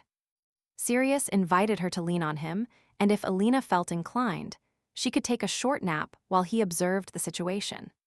Although they were trapped together in the rain, Sirius's body temperature did not drop. And all thanks to the wolf's blood, whose body temperature does not drop despite the frost. The fact that divine blood flows through Sirius's veins never brought him joy. But at least in the current situation, this body turned out to be useful. It was already dark outside, and the rain had almost stopped, and Sirius was still sitting with Alina asleep in his arms. It got even colder when the sun set, and Sirius did not think he would be able to recover his previous body temperature. Therefore, the young man completely enclosed the girl in his tender embrace and must not allow the warmth to leave his body. After hugging her tighter, his heart began to beat wildly in his chest. He could not understand anything because there was nothing complicated in his actions, and he and Alina had hugged often before. But now he had completely different feelings. Therefore, in this situation, before Alina got even colder, he still had to gather the courage to hug her. It seemed like the most banal procedure, but for some reason Sirius was now terribly excited. Just as it had been in childhood, he could no longer hug Alina with pure friendly affection. The more he hugged her, the stronger his heart beat, and it turned out that he had the strongest feelings for this girl. They grew up together, and at some point, Sirius could no longer hug Alina whenever he wanted. Until childhood, Alina was his only friend and the whole world to a child. At some point, Sirius thought he would not regret giving her everything he had. And probably this was the end of that childish affection, so he had no idea what to do next. To be honest, Sirius did not expect a response from her because he had already decided everything. And Alina must accept his feelings at all costs. But he had no idea how to achieve it, and it would be difficult to implement his plans. The next day, Alina was in her room, racking her brains over what to do about Sirius. She was very upset and on the verge of tears, because she was surprised by the fact that for several months she had not understood his behavior at all. Before that golden eye that could read emotions, no one had ever been free. But it's not that she didn't see his emotions, but that she had failed in trying to understand them. And now, having gone through various situations, Alina was able to draw a conclusion about a person's general emotional state. Sirius was now experiencing a burst of various emotions, his pure light emotions mixed with dark colors. Anxiety, nervousness, and restlessness appeared, so Alina could conclude that these emotions were negative. And now it turns out that Sirius feels bad every time he sees Alina in front of him. The girl was very upset because she thought he liked her at least a little. Alina did not understand what she did wrong that night, and the only reason she could get away with it was because upon returning home, she caught a bad cold. So, when she heard the news that Sirius had been in bed all day, suffering from what seemed like a fever, she could not visit him. Although Alina was surprised that Sirius could be sick, at the same time, she felt remorse for not being able to be close to him. Of course, Sirius had never shown any sign of displeasure since then.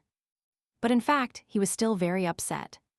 Alina, after a month of endless thoughts, concluded that Sirius had begun a terrible period of puberty. And to be honest, upon meeting her, Sirius's happy emotions seem much stronger.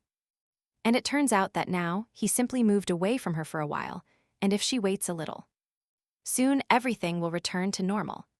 Sirius may be a teenager, but Helena, as an adult soul, could behave the same way. And this is not at all because Sirius is the main character, but because he is simply Helena's friend with whom they have been together for many years. And now Sirius was the main hero of this world, and at the same time, the only person dear to her heart.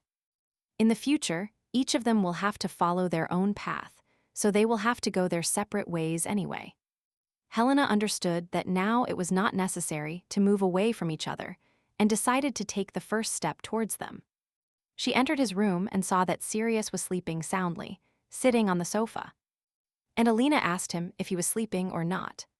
The young man replied that he was not sleeping, and the happy Alina sat on the sofa next to him. Alina felt her heart beat faster. She always appreciated his independence and strength, but today in his gaze, she saw something else. A desire for intimacy, and a desire to understand and be understood. Unexpectedly, the young man was the first to apologize to her, and Alina was indignant because she really wanted to say those words first. She joked that he had stolen her opportunity to apologize, and that in that case, he should be offended. She stared him in the eyes, and Sirius asked her why the lady wanted to apologize. Alina said she completely forgot why she was going to tell him something. And it seemed she was very happy that they made up, and yet she behaved tactlessly towards the kind teenager. Although she was prepared for this, now, realizing that he had actually reached adolescence, Elena felt somewhat strange. She said that her father said the exam would take place soon, and although Sirius was not a candidate for successor, it wouldn't hurt him to prepare either. The Duke of Loud will never silently observe Sirius's unlimited potential and will try to discover his limits to the end. It is said that this is some kind of setup to make the future brighter. But Sirius's fate is harder than pleasant. Sirius really did not want to take the exam, but he would have to do it anyway. The young man, after all, was the main character, so it was not so easy to bend him. He said that more difficult trials awaited him in the future, so he would have to face something like a simple exam. It was once Sirius said that revenge was his goal, and that someday he would like to find his place. And in this case, something like taking revenge on his half-brother will be really difficult for him. Sirius is constantly moving towards his original destiny, and even now, at such a young age. It is not surprising that he has such a character, one of whose traits is getting everything he wants. Sirius said there was something, but now was not the right time to be ready to tell it. The young man suddenly asked why Elena kept moving away from him. He noticed that she must have moved away unconsciously and took her hand to ask her a question. He asked where she was trying to go now because he wanted her to be with him. Elena asked why she should move. There was so much space around her again, but Sirius closed his eyes and pretended to have heard her words. Elena had not understood anything for a long time, and sometimes Sirius began to be strangely stubborn. But nevertheless, when they spend time like this, moments from childhood appear before her eyes. Then they lay on a much smaller sofa, designed for one person, but even in such tight conditions, there was plenty of room for them.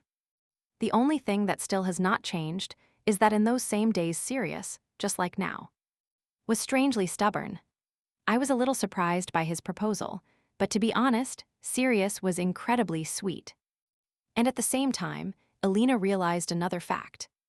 At some point, she not only found herself unable to avoid attracting his attention, but she became his closest friend. Now she walked shoulder to shoulder with the writer of the future in this world, only that compared to the past.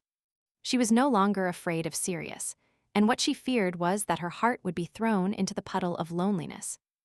In the future, even when she wants to see him, she will not be able to, so now Elena decided to have enough of him. Sirius had a special charm, and the sunlight fell pleasantly on his silver hair. But unexpectedly, the young man asked if the girl liked his face, since she was looking at him so intently. Because the girl continued to examine him the whole time, and the young man was definitely not mistaken this time. Elena jumped off the bed surprised, and it turned out that all this time Sirius felt her gaze. Sirius laughed, because the girl seemed to be calmly looking at the smallest details and apparently, she had no intention of stopping. And now, seeing how she looked at him, forgetting everything, he could say with certainty that she had grown completely according to his tastes. The young man said that if he successfully passes the exam, he must ask Elena to fulfill one of his wishes. Elena thought Sirius should not wish for her to disappear from his life forever. Therefore, she asked what exactly he wanted, and Sirius said that if he told her, it would not be interesting. In addition to the halo of joy around Sirius, Elena also saw a very bright reflection of despair.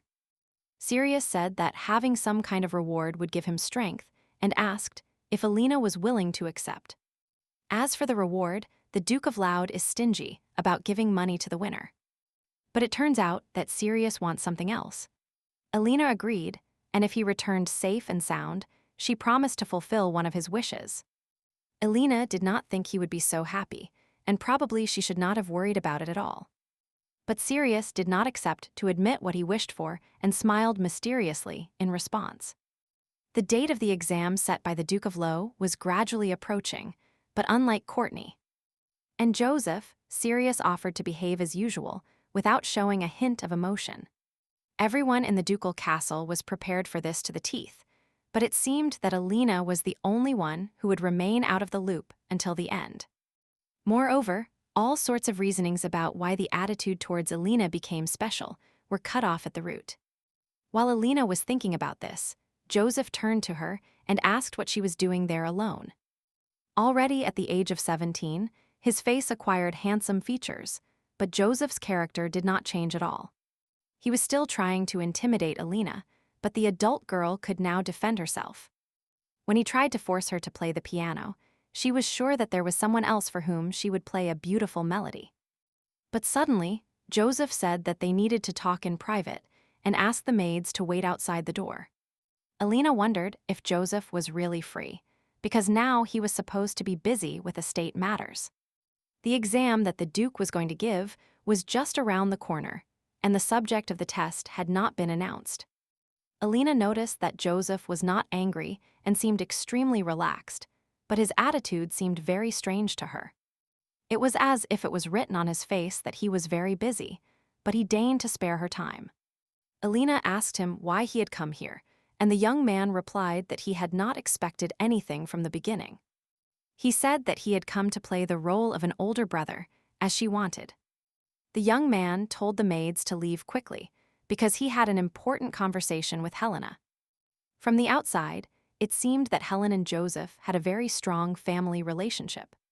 Joseph whispered that during the next week, Helena should try not to do anything that could draw attention to her person.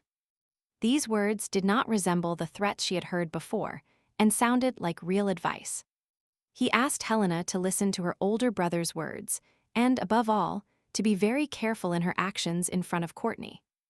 Joseph said that there was no point in going into details, so he asked Alina to remember well that from that day on she should avoid meeting her sister. In fact, Alina knew, even without his advice, that she should be careful with this persistent and vile girl. Seeing that their situation changed in the blink of an eye, the servants working in the residence quickly took it for granted. But her brother and sister, who competed for the title of heir to the family, were not at all happy with such changes. They were indignant at the injustice of their father's decision, and the saddest thing was that she completely shared their feelings.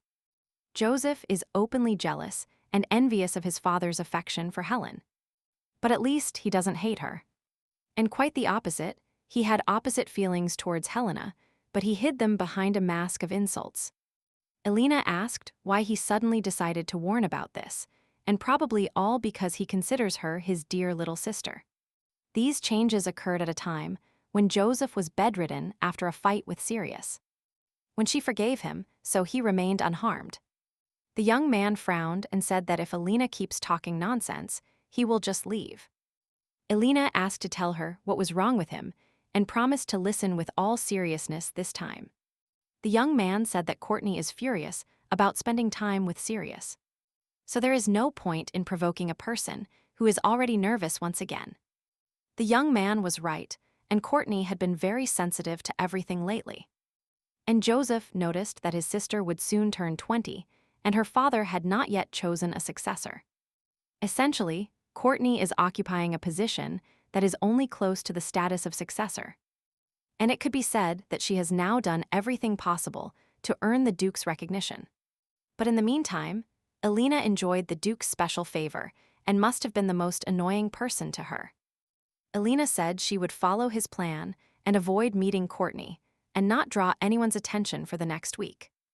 Because due to the Duke's prohibition, no one taught Alina fencing, and she could not develop resistance to poisons either. Therefore, her brother warned Helena to stay away from Sirius. But the moment he said these words, Sirius was right next to her. Joseph asked why Helena had such a strange and scared face, as if she had seen a ghost. Sirius put his hand on his shoulder, and Joseph turned around scared, feeling someone's hand on him. Sirius asked the young man to repeat the words he had just said again. And hearing his threatening voice, the young man was seriously frightened by the surprise. He tried to say that Sirius was all wrong, and the child wanted to know what was wrong with his understanding. Joseph shouted that Sirius could probably finish him off right now, but Alina asked him to be patient and promised to fix everything. She asked Sirius to calm down first and told him that she would explain everything to him now. Alina suggested starting with a conversation and not with the usual assault on the young man. Sirius changed his anger to mercy and agreed that talking was also a very good way. Elena sat on the sofa and asked Sirius to sit with her to talk. Now she needed to seat Joseph and start a conversation, but for some reason, the young man stood like a pillar in front of them. Suddenly, he turned around and announced that he was leaving and wished His Highness a good time. In that case, she asked Joseph to leave immediately, and now she had to sort it out by herself again. Elena just wanted to pay him back for giving her some advice, and it was only mutual help. She told Joseph that if he was grateful to her, then he should not die in the exam, and return safe and sound. Elena wondered how many difficulties befell her because of one idiot brother. To calm Sirius down, she had to throw him onto the sofa, but this time the young man reacted more calmly than she thought. She said that what she heard was not at all what he thought, but Elena did not want any misunderstanding between her and Sirius. She told him in detail what Joseph had conveyed to her and said that she did not know the reason, but that he clearly had no bad intentions. Sirius grabbed his head and said he understood everything, offering to continue the conversation next time. Perhaps Sirius suddenly got angry, but the tone of his emotions did not seem like anger. And this range of emotions was as if the young man was excited and at the same time seized by anger. There was something else here, and it clearly looked like embarrassment or some other similar emotion. The next day, Elena was annoyed, and all because of a young man. He never showed up all day, and in the morning he said he had no intention of having breakfast. But when he came for lunch, Elena was told that Sirius had already had lunch and left. So she was sure that he was avoiding her because of what happened yesterday. In the end, it turned out that Joseph was also looking for Sirius, and he was not at the training ground. Joseph asked Elena to return to her room before meeting Courtney. And she really could not ignore his words. After all, Sirius could not avoid meeting her forever, and since he occupied the next room, she could easily catch him when he returned. But suddenly, the girl felt that someone was definitely in front of her room door. She opened the door and saw Sirius, asking him since when he had been there. Sirius asked if Elena could give him some time, because he had something to tell her. She suggested that he move to the living room and talk there in a quiet environment. Elena was overwhelmed by emotions, so she decided to only let out monosyllabic words. But when she saw his face, it filled with pleasant feelings again. The girl noticed his angry face, and in any case, clearly saw his drooping ears and tail. Sirius said that he simply did not know how to look her in the eyes today, so he continued to avoid meeting her. Elena said that he had not done anything wrong to her, and that more than anything in the world, she hated that he avoided her. The young man felt even more guilty because Elena forgives him without hearing the reason why he behaved that way. The young man looked uncomfortable, although Elena said everything was fine, but Sirius was an incredibly complex person. From the moment of his birth until now, his world was limited to the Lod family. And the members of this family usually live by erasing their emotions. But this is not a problem that can be solved in the blink of an eye. So first Elena asked Sirius what he wanted to tell her. She perfectly saw all his sudden emotional surges, but he instantly managed to feign indifference. Sirius patted her head and told her that he could have no complaints against her, because she was very kind. Elena understood that he was trying to avoid answering this way, and once she was ready, she let him get away with it. When Sirius looked at the girl, it seemed to him that she grasped everything on the fly.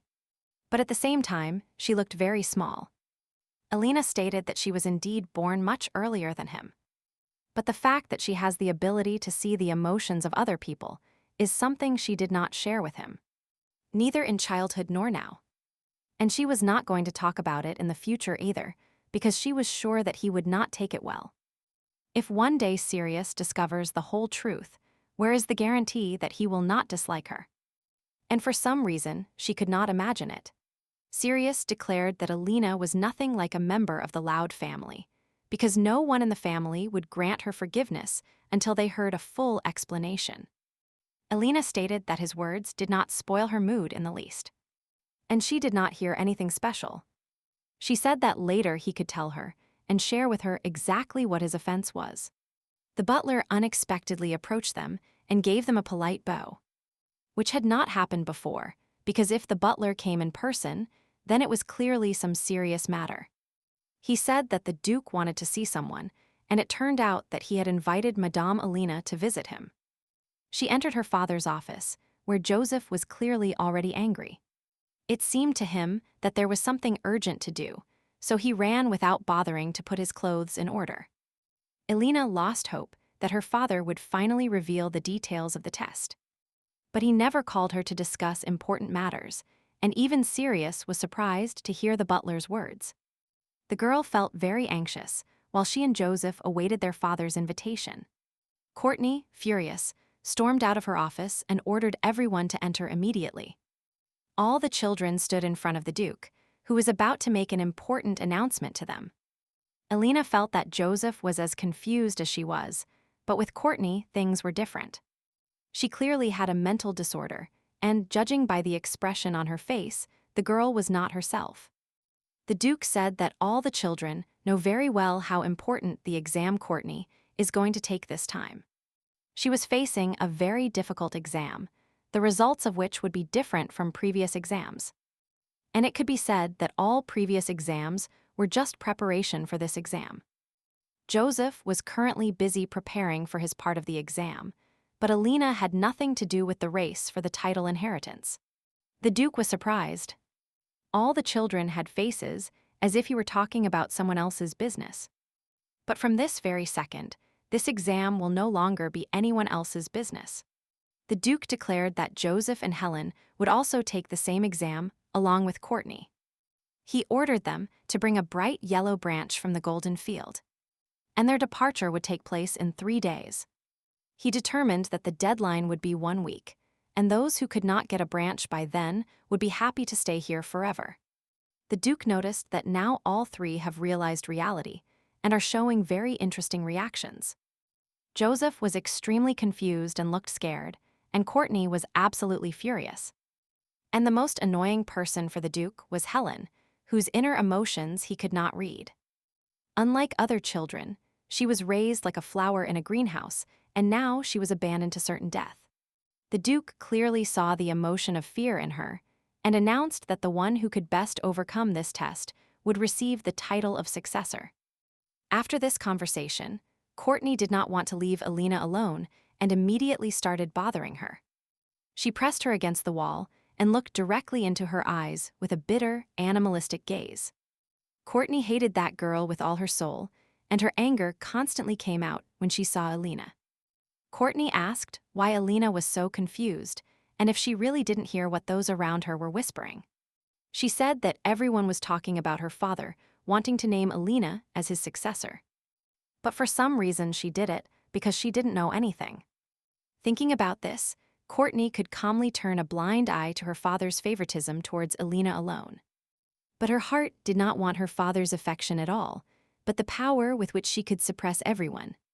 But she could not figure out what the residents of the Laud residence were saying, how the Duke could also hand over the whole family to Helena.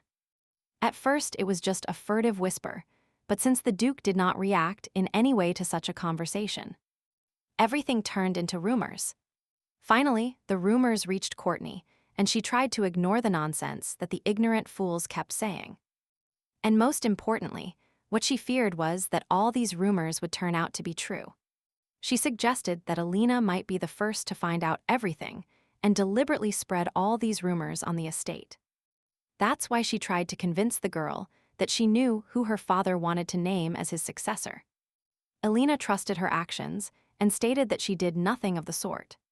Her sister squeezed her throat, but Alina simply could not resist because the difference in strength was too great. The girl said that everything started in childhood, when she stuck to Sirius like a leech, and probably seeks to benefit from him. She was sure that it was because of Sirius Hyperion that her entire happy life had been ruined. And it was precisely because Helena fell into Sirius's soul that she, who was nobody, had the opportunity to be at the top of the family. Sirius was still just a child when he first arrived at the Loud residence, and it was very easy to sit next to him at that time. And Courtney was sure that if Alina had not existed, she would have had every chance to become the successor. So she tried to understand what was so wonderful about Alina.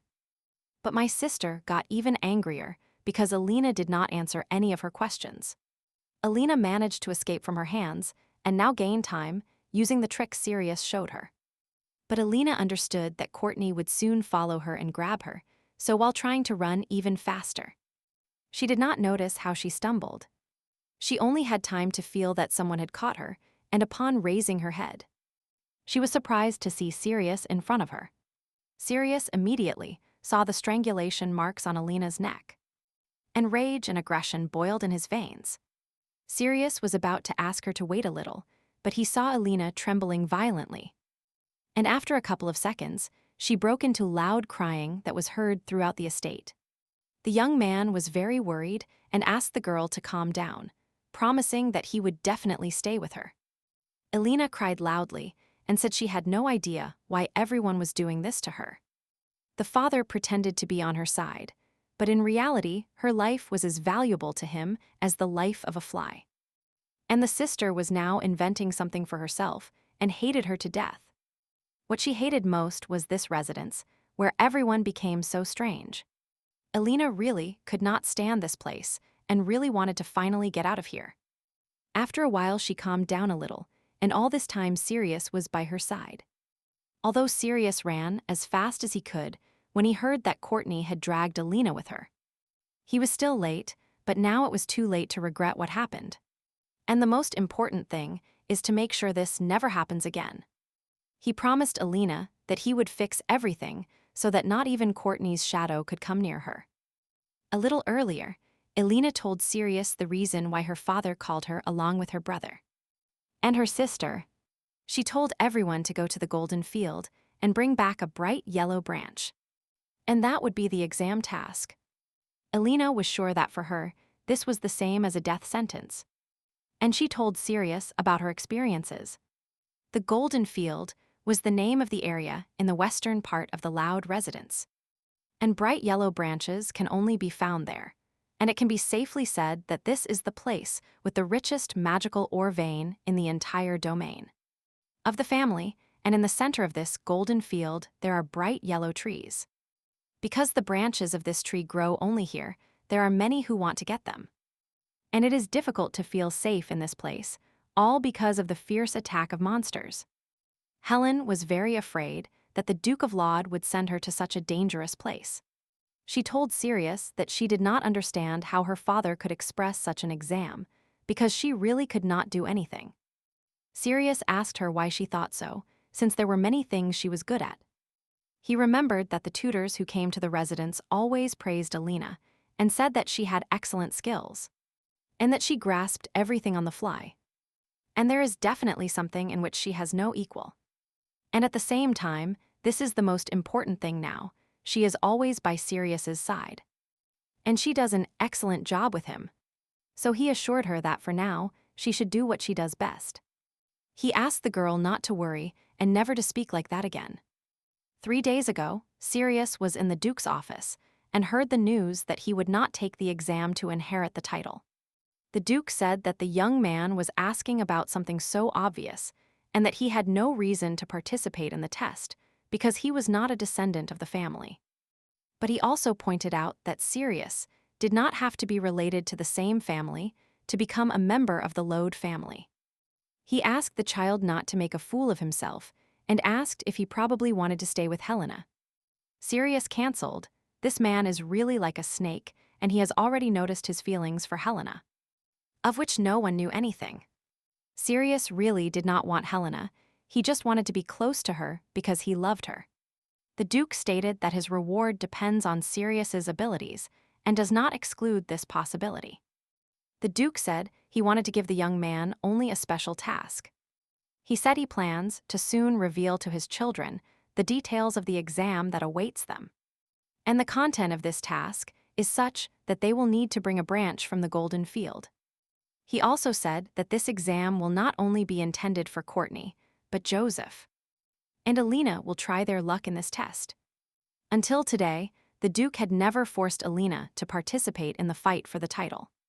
And he had always looked at her as a weak creature. And in the golden field, full of bloodthirsty monsters, Elena will never survive. Obviously, Sirius could not send Helena alone to such a difficult and dangerous place. The Duke ordered him to tell Helena that he would follow her as if it were his own will. The man declared that there was a jewel that belonged a long time ago to the Lode family, but that it was missing, and Sirius should find it in the golden field and bring it. The Duke said that this jewel was different from all the others, and that he was giving the young man time to find it out himself. The terms of the deal were quite good. The Duke said that if Sirius successfully completed the task, he would absolutely fulfill any wish. The Duke found it very funny what that girl had done to make Sirius so worried about her. Not long ago, when he accidentally learned of the existence of a precious stone, a chill ran down his body. That night, when he thought about Helen's real father and her twin brother, the Duke took and began to read a book with the family tree. Since he committed suicide and all traces of him were erased, the Duke laughed at his stupidity. But at the same time, he was angry with himself for doing such useless things. He suddenly discovered an old note that was cleverly hidden in a book.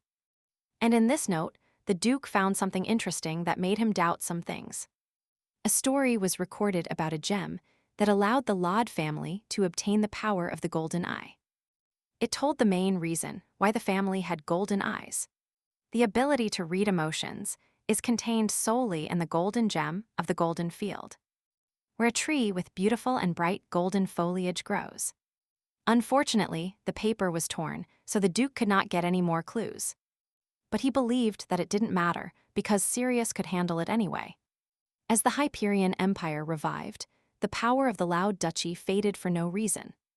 So the Duke hoped that the descendant of the noble wolf would become his obedient dog on a short leash.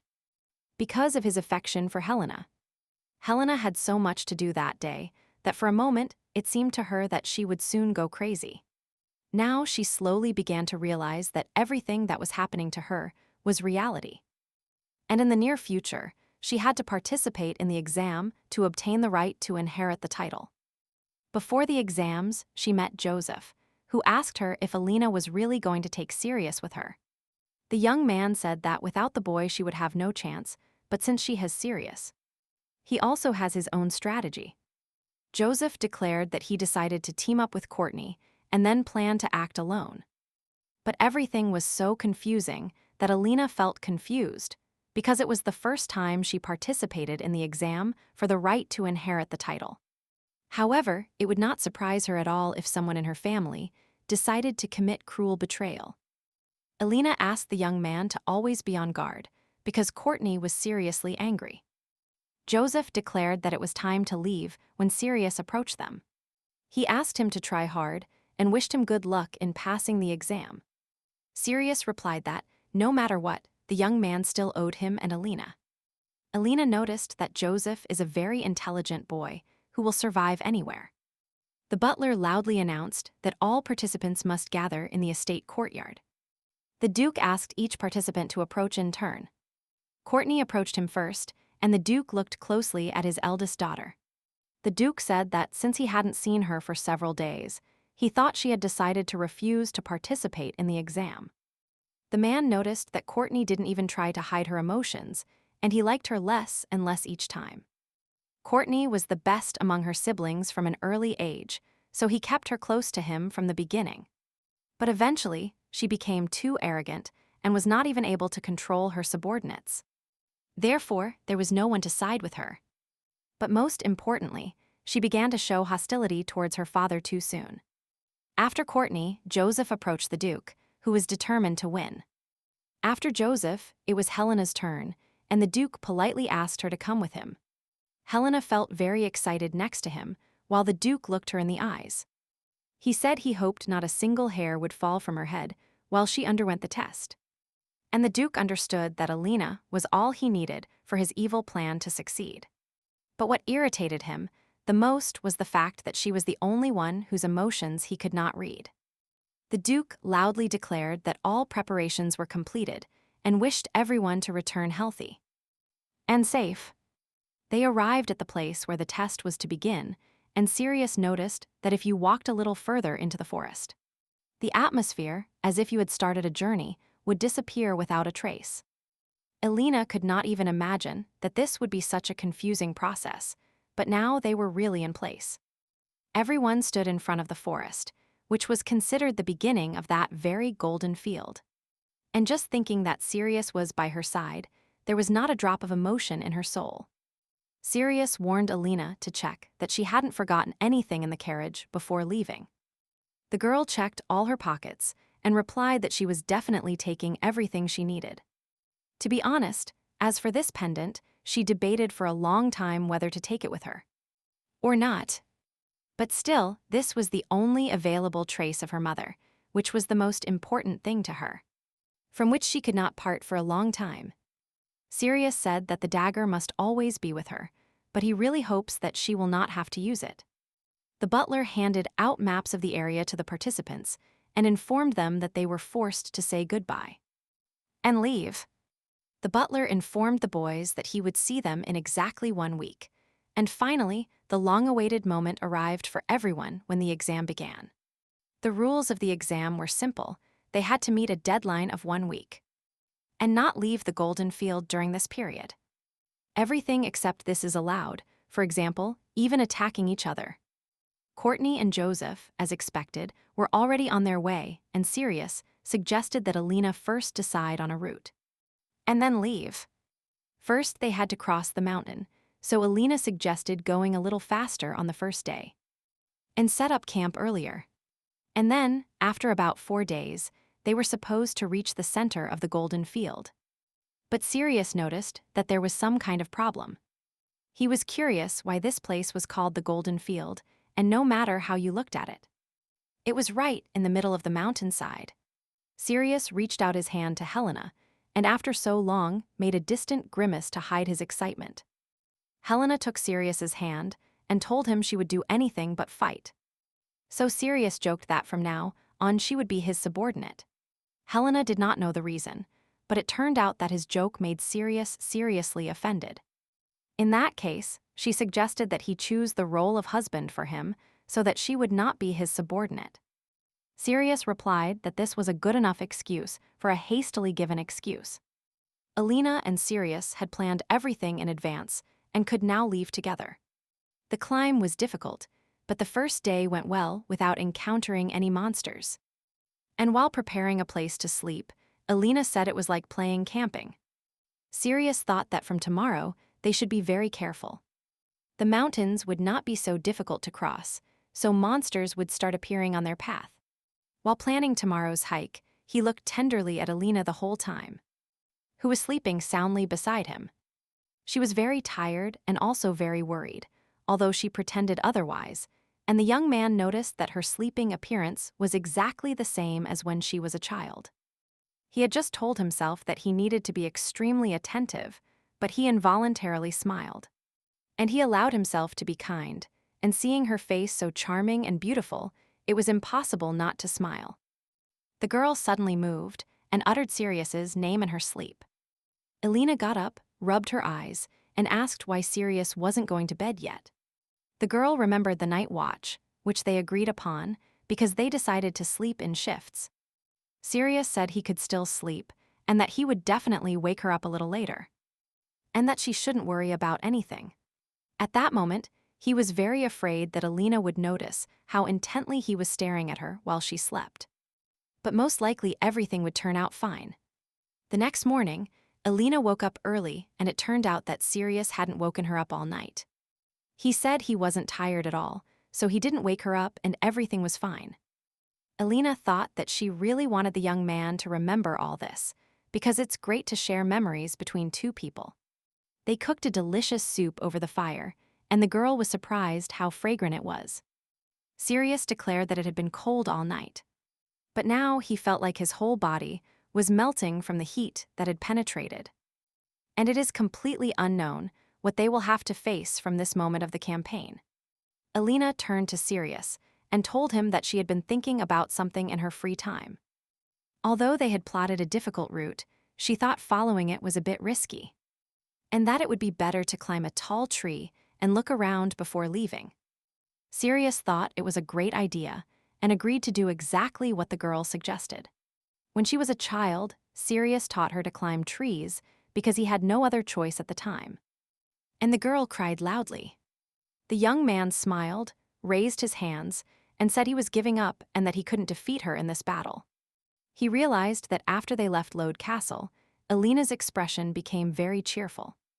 In fact, if Alina is assigned any task, she will handle it perfectly, and the Duke's family brainwashed her year after year, telling her she couldn't do anything. And even if Sirius ends up in hell, she won't care.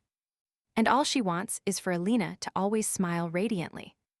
Alina climbed a tree and said that Sirius shouldn't distract her, and that she was trying to concentrate.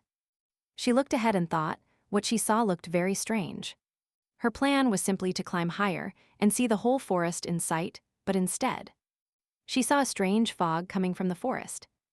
Moreover, it didn't look like ordinary fog, and these were definitely the colors of emotions that can only be seen by the golden eye. But in the golden field, where only terrifying monsters live, there was no place from which emotions could arise. And monsters really also had emotions. But Alina had never heard of this type of research. Alina climbed down from the tree and said she had seen many things and asked Sirius to give her a map. She needed to adjust her route to avoid the monsters as much as possible. Therefore, Alina marked important points and said they could move on. After a while, Sirius was surprised that they had already reached the resting place. The sun hadn't set yet, and he was very surprised that they didn't encounter a single monster, and only stumbled upon 4 small ones that were very shy. Alina guessed that the monsters were also surrounded by a haze of emotions, so that they could avoid a collision with them beforehand. Sirius decided to stop under one of the trees, and since they arrived here earlier than expected, they were able to rest a little. Alina suggested setting up the sleeping bag right there, and noticed that Sirius had been extremely focused the whole time. Before she had time to finish these words, the young man rested his head on her shoulder and closed his eyes from exhaustion. He said he was sleepy. Alina laughed because she was happy to see the young man become whimsical again after so long. They decided to stay near this tree, while Sirius decided to take a nap and gain strength. Alina was very happy to have found time for Sirius to rest today. But tomorrow, they had to cross that area.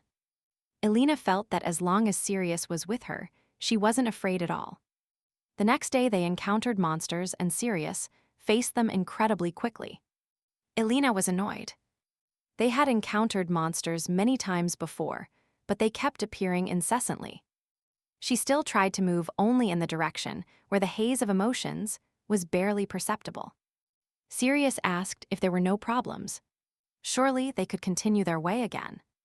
But suddenly, Alina noticed a haze of a different color, and it was clearly Joseph. Or Courtney. She really hoped it wasn't Courtney, because she knew it would be better not to cross their path. And in fact, it turned out to be Joseph, and Sirius and Alina saw him hiding among the bushes. Joseph looked strange and was clearly upset. But the strangest thing was that he was walking in a completely different direction and moving away from the center. They approached him, and Alina asked why her brother was walking in the other direction, and what was wrong with his appearance. She asked him to tell her what happened, because before she had gone to the forest with Courtney, Joseph declared that he never expected to find them, and that they were nothing less than fate. Sirius asked him to explain in more detail and tell him everything that was happening now. Joseph put his hand on his chest and said in a serious voice that he had something to tell them. Before the test began, he and Courtney agreed to cooperate until the morning of the 3rd day. Fighting alongside the monsters, Joseph was sure it would be nice to be alone. But at night, neither of them could sleep a wink because they feared betrayal. That day, when they barely reached the second parking spot, Courtney introduced Joseph to her real comrades. Next to her were masked youths, and hiding their identity meant they were talking about strangers. Courtney decided to seek outside help, which meant she would have to pay bills in the future. And she didn't think about the consequences at all. Courtney had the weak gift of a golden eye, with which she could only read strong emotions. So Joseph now had to pretend to be scared to survive. After meeting strangers, Courtney said she would now leave Joseph freely in Israel. The young man noticed that it seemed most of these people were well-trained knights, or even assassins.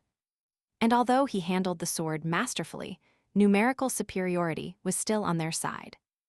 Therefore, Joseph congratulated Courtney in advance because, upon her return, she would definitely officially become the successor of the Laud family. Joseph had to follow her games, so he promised to stay by her side until the end. But as soon as he learned what her plan was, he went to His Highness to tell everything. His codename was a phrase meaning, hunting a false wolf. Joseph said that Courtney and her gang would take Sirius's life in this exam. False wolf is a derogatory nickname that the Emperor has recently started spreading. And this alone was enough to confirm Courtney's insidious plans. Everyone immediately realized that Courtney had definitely allied with the Emperor to have all the power in her own hands. Elena pointed out that at this moment, the Emperor had almost completely lost public support, and that choosing this kind of alliance would lead to nothing good. And this only meant one thing now: Courtney wasn't thinking about the consequences at all. And if even one mistake is made, the Laud family will instantly end up in the Emperor's hands. Elena thought, recently the Duke has openly expressed his hostility towards the current Emperor. And after Sirius's destruction, the Laud Duchy will be the next target. Sirius said that, in that case, they should strike first and not wait until they are attacked. Elena worried and asked Sirius to be together again, because a squad of assassins wants to kill him. The young man replied that he could not turn back, because they had no proof. If you return empty-handed, Courtney will simply gain the power she desires. The young man was sure that all rotten buds must be cut off at the root. And if it wasn't done, in the future they would have to face disastrous consequences. Sirius said that, moreover, they needed to find out who those people who looked like knights were. And it would be even better to get rid of them. Joseph agreed with his words and invited him and Helena back to the castle. In this situation, Helena was in great danger, and Sirius was not sure that Joseph could protect her. Helena was very worried that the atmosphere among everyone had deteriorated a lot, and she was afraid of what might happen next. She was very worried that all this happened because of her and again became a burden that bothered everyone. However, she also didn't want to be a burden to Sirius, so she didn't know the best way to express her opinion. Sirius suggested that if the girl didn't mind, she could stay by his side, and said that they are a good team that can face all difficulties. Elena was very happy with this proposal with a happy smile and declared that she agreed to go with him. Although Joseph often irritated her, Elena still wanted him to reach the castle safely. After this, Sirius thought of several reasons why it was necessary to strike first. And if they couldn't condemn Courtney for lack of evidence, they could be given the opportunity to act at their own discretion. It was immediately obvious to Elena who would be the first person Courtney would decide to get rid of. Elena was very surprised when Sirius offered her this terrifying option in which they would need to use monsters. And they have no other choice, because in the center of the forest, he had already managed to destroy several individual assassins. And the main forces had already noticed that he had started to act. The monsters, of course, were not on their side, but they were not allies of their enemies either. If their plan succeeded, they could solve the problem without lifting a finger. Elena was very worried about Sirius, who had to perform very important tasks to save them. And it was quite natural in the current situation to worry that Sirius might get hurt. But there was something else that made her heart ache even more. This image of Sirius, showing not a bit of emotion at that moment when his sword takes the lives of others. The same thing happened before, when her guardian's maid tried to kill Sirius. He continued to remain incredibly calm for a child. He had to endure so many dangers that even at that age, he could react calmly to such a threat. Elena understood that her words that she was worried could not change the current situation. But the young man said that thanks to her, he now feels an incredible surge of strength and pleasant emotions. And he promised to put what he said into practice if his partner provides him with the necessary support. Despite her worries, the operation went smoothly, and as soon as Elena found a suitable monster, she dealt with it early until sparks started falling from the latter's eyes. And she also managed to discover one thing, which was that by touching haze, she could immediately recognize where it originated from. And every time Alina pointed to the correct place, Sirius didn't ask anything. And she only felt his unlimited trust. On the way, they met about 15 people, and now exactly half the number that Joseph had expressed remained. They overheard a conversation, as the youths commented that someone was undoubtedly blocking their way. Sirius suggested they get a little closer, and no matter how you looked at it. It seemed the gang was starting to fall apart. Suddenly, Alina screamed in horror, and huge evil monsters approached them. In fact, hordes of huge, bloodthirsty beasts were heading towards them, whose roar shook the entire earth. Just as Helena and Sirius ran out of the bushes, the mercenaries saw them. And the commander ordered the youths to be captured. Sirius had only let his guard down for a moment, but now he realized that his operation had been a complete failure. The mercenaries repeated after them and provoked the monsters, but these did not know their exact location. And they started carrying out the plan without even knowing it might end badly for them.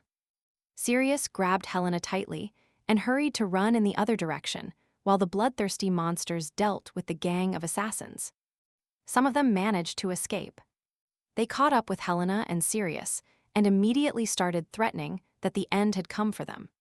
Out of nowhere, a bearded man approached them and told them that during the time they hadn't seen each other, Sirius's fighting skills had improved significantly.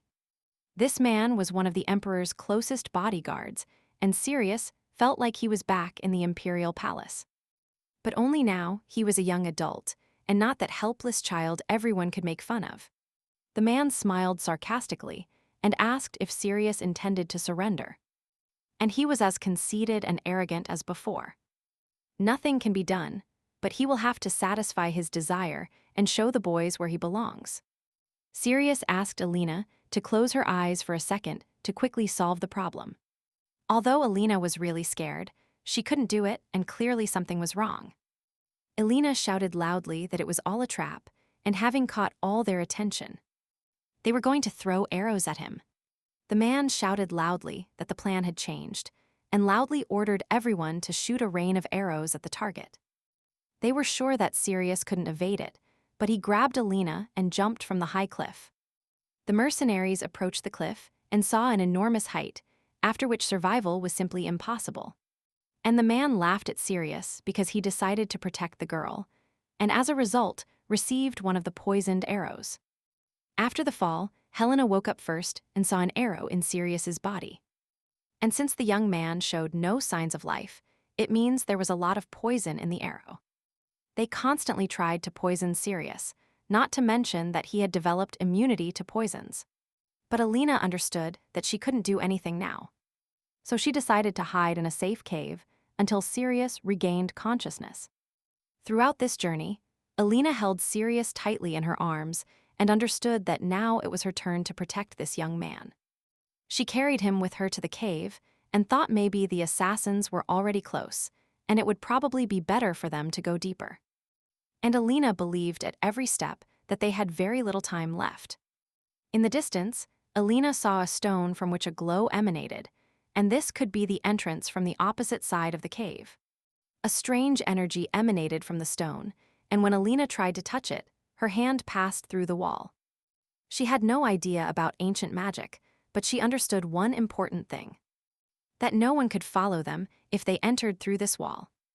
Alina was very scared, but if she was going to protect Sirius, she had no other way now.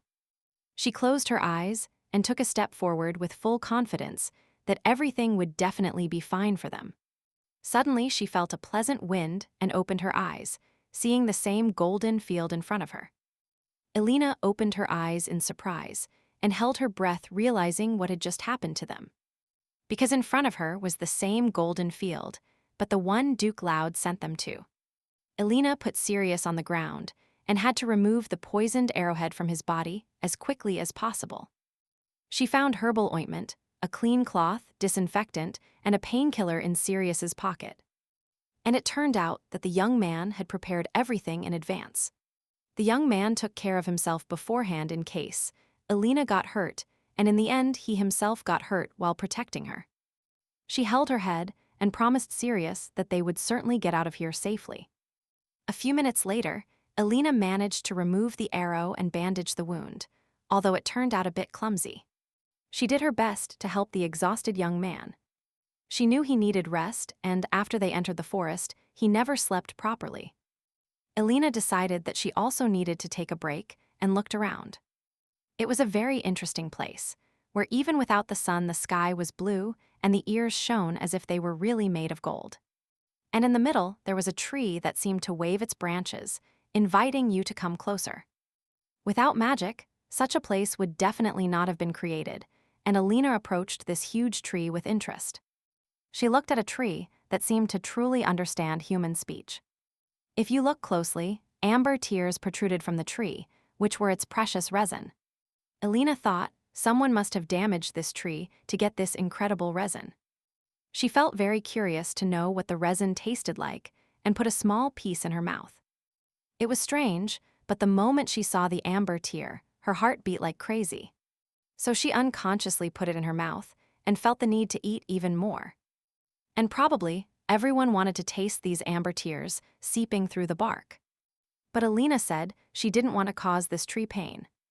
She returned to Sirius and lay down next to him, having no idea where the exit was. So she could only protect him if she was by his side. Elena's eyes were drooping, and she decided to take a short nap while she could. She woke up and heard someone talking about poisoned arrows and Sirius. Elena jumped up because it was Courtney's voice while dealing with one of her mercenaries. Elena didn't know how they moved here from the Golden Field, but she understood that they shouldn't be detected. In the end, it turned out that Courtney was standing with the same man who was going to attack Sirius.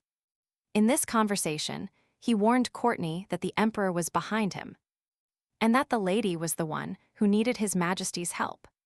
The girl turned around and menacingly declared that she had heard his words. And she wanted to ask him what he thought he would do now after the mistake. Elena felt strange emotions, as if a feeling of murderous intent was intertwined with a feeling of confusion.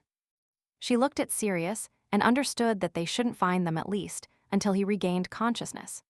Courtney shouted loudly that she would take care of the girl herself and that she first needed to find out where she was hiding. Suddenly, they felt a terrible pain running through their entire head with sharp knives. At that moment, a large black cloud of energy formed in Elena's hands. She was surprised that the light of confusion grew with herself. But everything was different and happened exactly as she wanted, and she noticed that he changed according to her wishes. In this case, she could easily control the emotions and feelings to which it was directed. Therefore, the man felt strong aggression and attacked his ally Courtney with a dagger.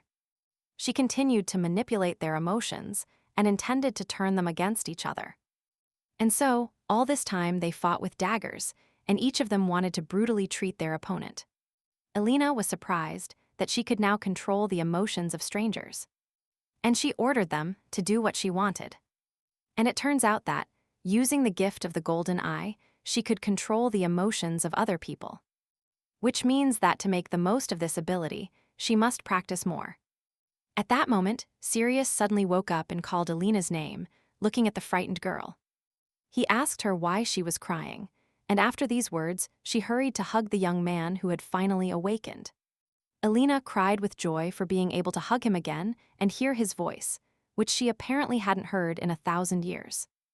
All this time, Elena was very afraid that Sirius had been poisoned by an arrow and would never open his eyes again. And she really didn't want to go through this experience twice, and now she was just happy that he woke up. After a while, they set off again, and Sirius intended to leave and kill all the mercenaries. And among them, there is someone he certainly must eliminate, and Helena suggested that this is a man named Karen. Sirius reported that this knight was highly valued by the Emperor and was a key figure in the government. Sir Karen was an excellent strategist, so if you let him develop a plan, he will attack you again. Therefore, Sirius no longer wanted to risk Helena's safety, because they would be attacked just for being near him. So now he needed to warn the Emperor and gain the trust of Duke Loud. And to do that he needed to destroy all the enemies present here. And until Helena was completely under his protection, this was the only way out for her safety. Alina agreed with everything Sirius intended to do because she understood that he wanted to protect her. Although she agreed with his plan, she promised that she would not let him go anywhere alone. At that moment, the mercenaries were looking for them, who had climbed through all the bushes so far. And they couldn't understand where they had hidden.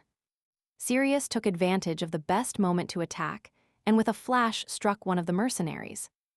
It was a surprise attack that Sirius had planned very carefully, and it was successful. Before that, he asked Helena to sit in the tree until the end of the battle. Closing her eyes tightly, Helena did not step aside and decided to use her power to make the assassins pursuing them turn against each other. Carol did not expect everything to happen like this, and what he saw was pure foolishness.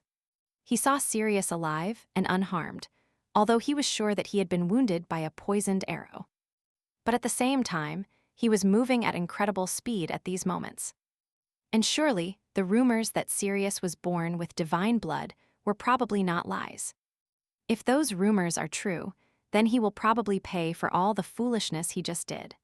Sirius caught the right moments to hit the man, asking him not to be distracted by anything during the fight.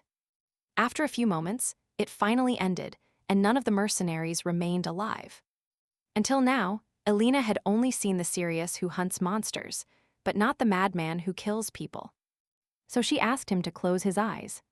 But she doubted that she would do exactly what he told her before the fight began. The young man was very worried about what she would do if, after everything that happened, Alina started to despise him.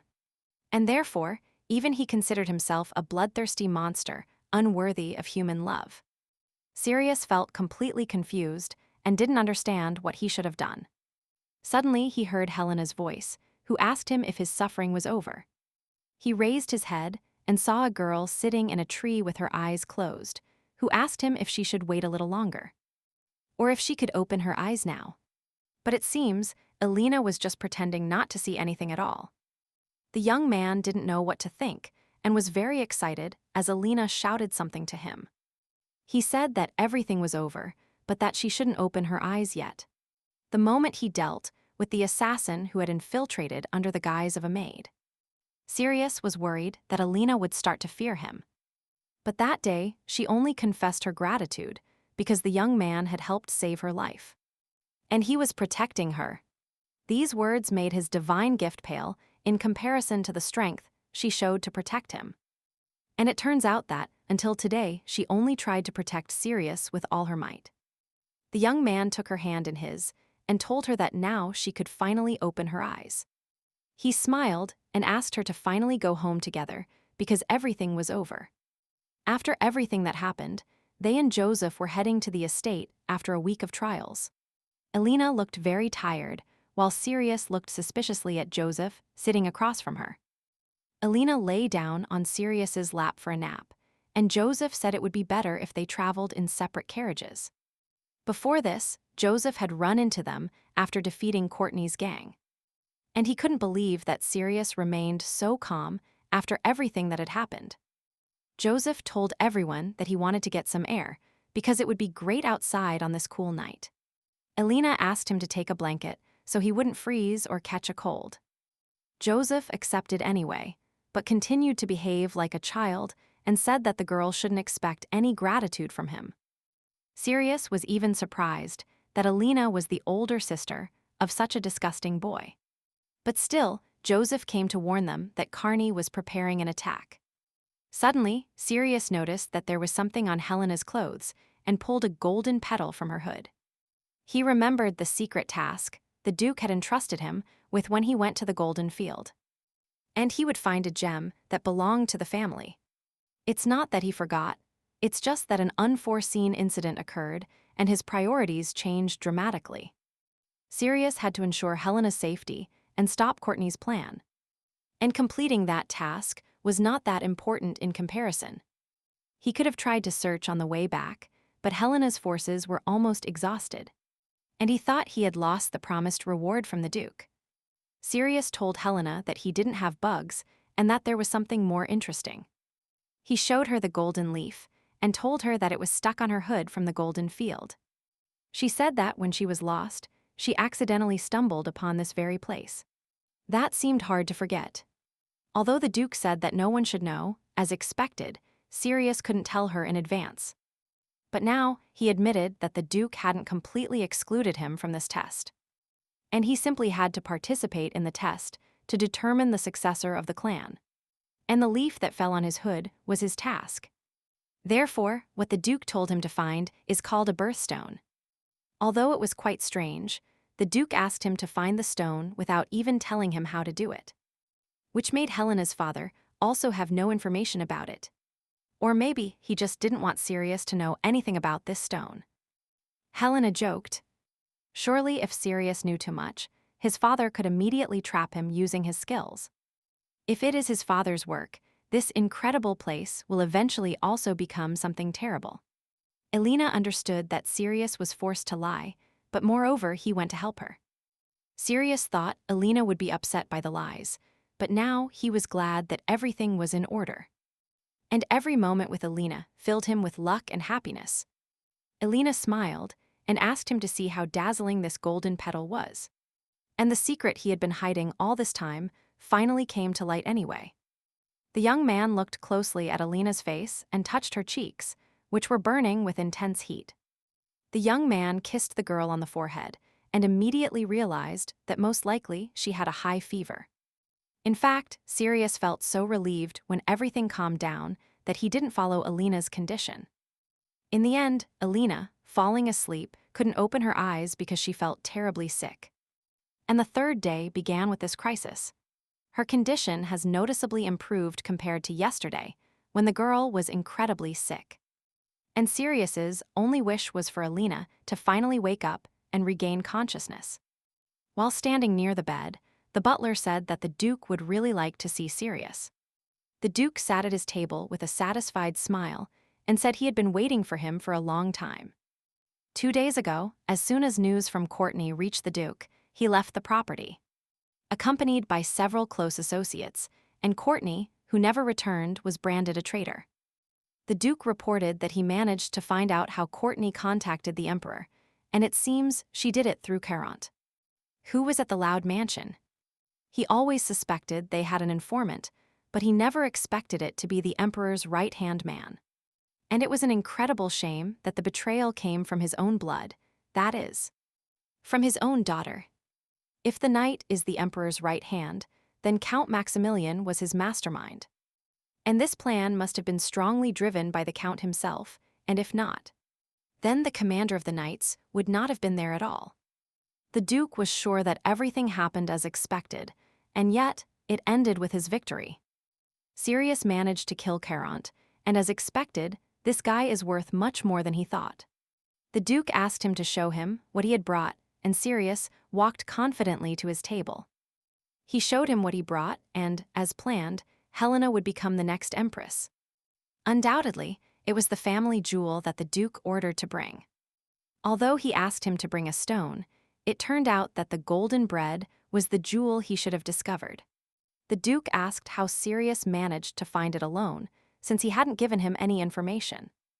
Sirius said that after leaving the forest, he saw it in the carriage and really doesn't know where it came from. The Duke wondered who would be sent to the Golden Field this time, because Sirius should be excluded, since the same person couldn't do it twice without creating an opportunity for treason. If Sirius asks for something, he needs Helena, and in any case, he should be busy with his promise. The young man whispered her name, hoping the Duke would allow him to fulfill his wish. Sirius spoke about his wish, and unexpectedly asked the Duke to expel Helena from the Loud family. Until Helena came of age, she always dreamed of living outside the duchy, and she remembered this wish since she was little. When he promised to fulfill it. But for some reason, after this conversation, Sirius found it difficult to breathe. And the only thing that allowed him to breathe here in the end was expelling himself. He left the Duke's office and ran into Joseph, who told him that Helena hadn't woken up yet, but that it was better to visit her quickly. The girl was still lying in her bed, unconscious, because she had a very bad cold. Sirius entered her room and hugged her tightly, and now everything he had feared before no longer mattered. He remembered the promise he made her when she was a child that he would help her get out, and years later he was still able to make it a reality. Therefore, he really wanted Alina to wake up and find out what he did for her. Alina had long despised her origins, and if she remained in this place, the rotten roots of the Layod's would eventually spread and contaminate even the cleanest slate. However, the most problematic part was that Sirius was still close to her. The young man understood that this would never end as long as the Emperor lived, and that he would become stronger as quickly as possible. And for this reason alone, he should not stay close to this girl until then. A few hours later, Alina finally opened her eyes and woke up, feeling much lighter after sleeping. She had a clear feeling that Sirius had visited her while she was sleeping. And yet, contrary to her expectations, there was a strange atmosphere in the mansion. And her father congratulated her on becoming the next successor, but at the same time stated that she should not announce this to the public. The doctor left the mansion wishing her a speedy recovery, and the maids said they would help her pack all her things. Alina felt like she was about to leave somewhere, but the most alarming thing was that Sirius began to avoid her. And with this ignorance and loneliness, everything mixed into a pile, which was difficult to separate. She couldn't allow this to happen, so as soon as she saw Sirius, she immediately called him. She said that not only him, but the whole atmosphere in the mansion seemed strange. And Joseph didn't give her any answer. She asked the young man if his father was really forcing him to do something. Sirius replied that he should have warned her in advance, but he could only tell her now. And in a week he would be studying abroad in the kingdom of Penelope. From what she heard, Alina couldn't even exhale or utter a word. Sirius said that if he found the gem, the Duke promised to grant his wish. He asked that Alina could leave the Laud mansion. And all because when she was a child, she really dreamed of a completely different life. Since childhood, she had always hoped to leave this terrible mansion. And the idea of knowing more about her mother never left her every day before bed. But now she didn't feel happy at all, and she was far from the Lodes, and this made it so that after this decision they couldn't be together. Alina called him stupid and started hitting the young man on the chest in tears. Outraged why he was doing this, she cried bitterly and said that he should have asked for a wish for himself. Obviously back then, she couldn't even imagine Sirius by her side. So it was quite normal for her to leave him whenever she wanted, or so she thought. And now, more than ever, she didn't want to leave this place that had brought them together all these years.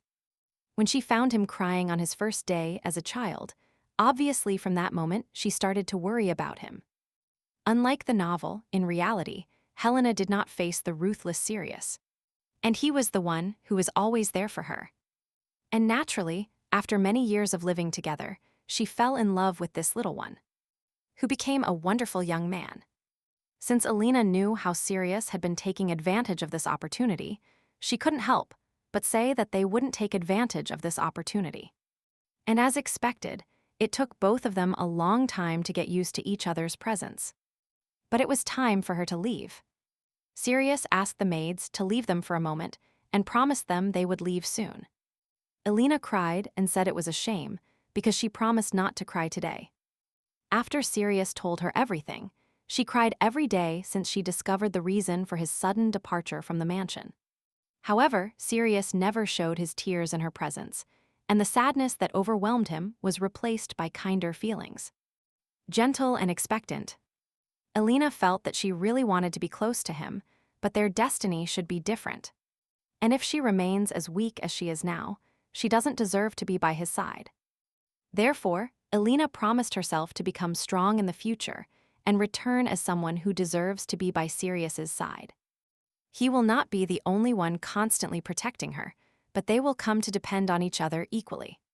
But for now, they had to say goodbye for a while, and Alina was informed that her luggage was already loaded onto the carriage.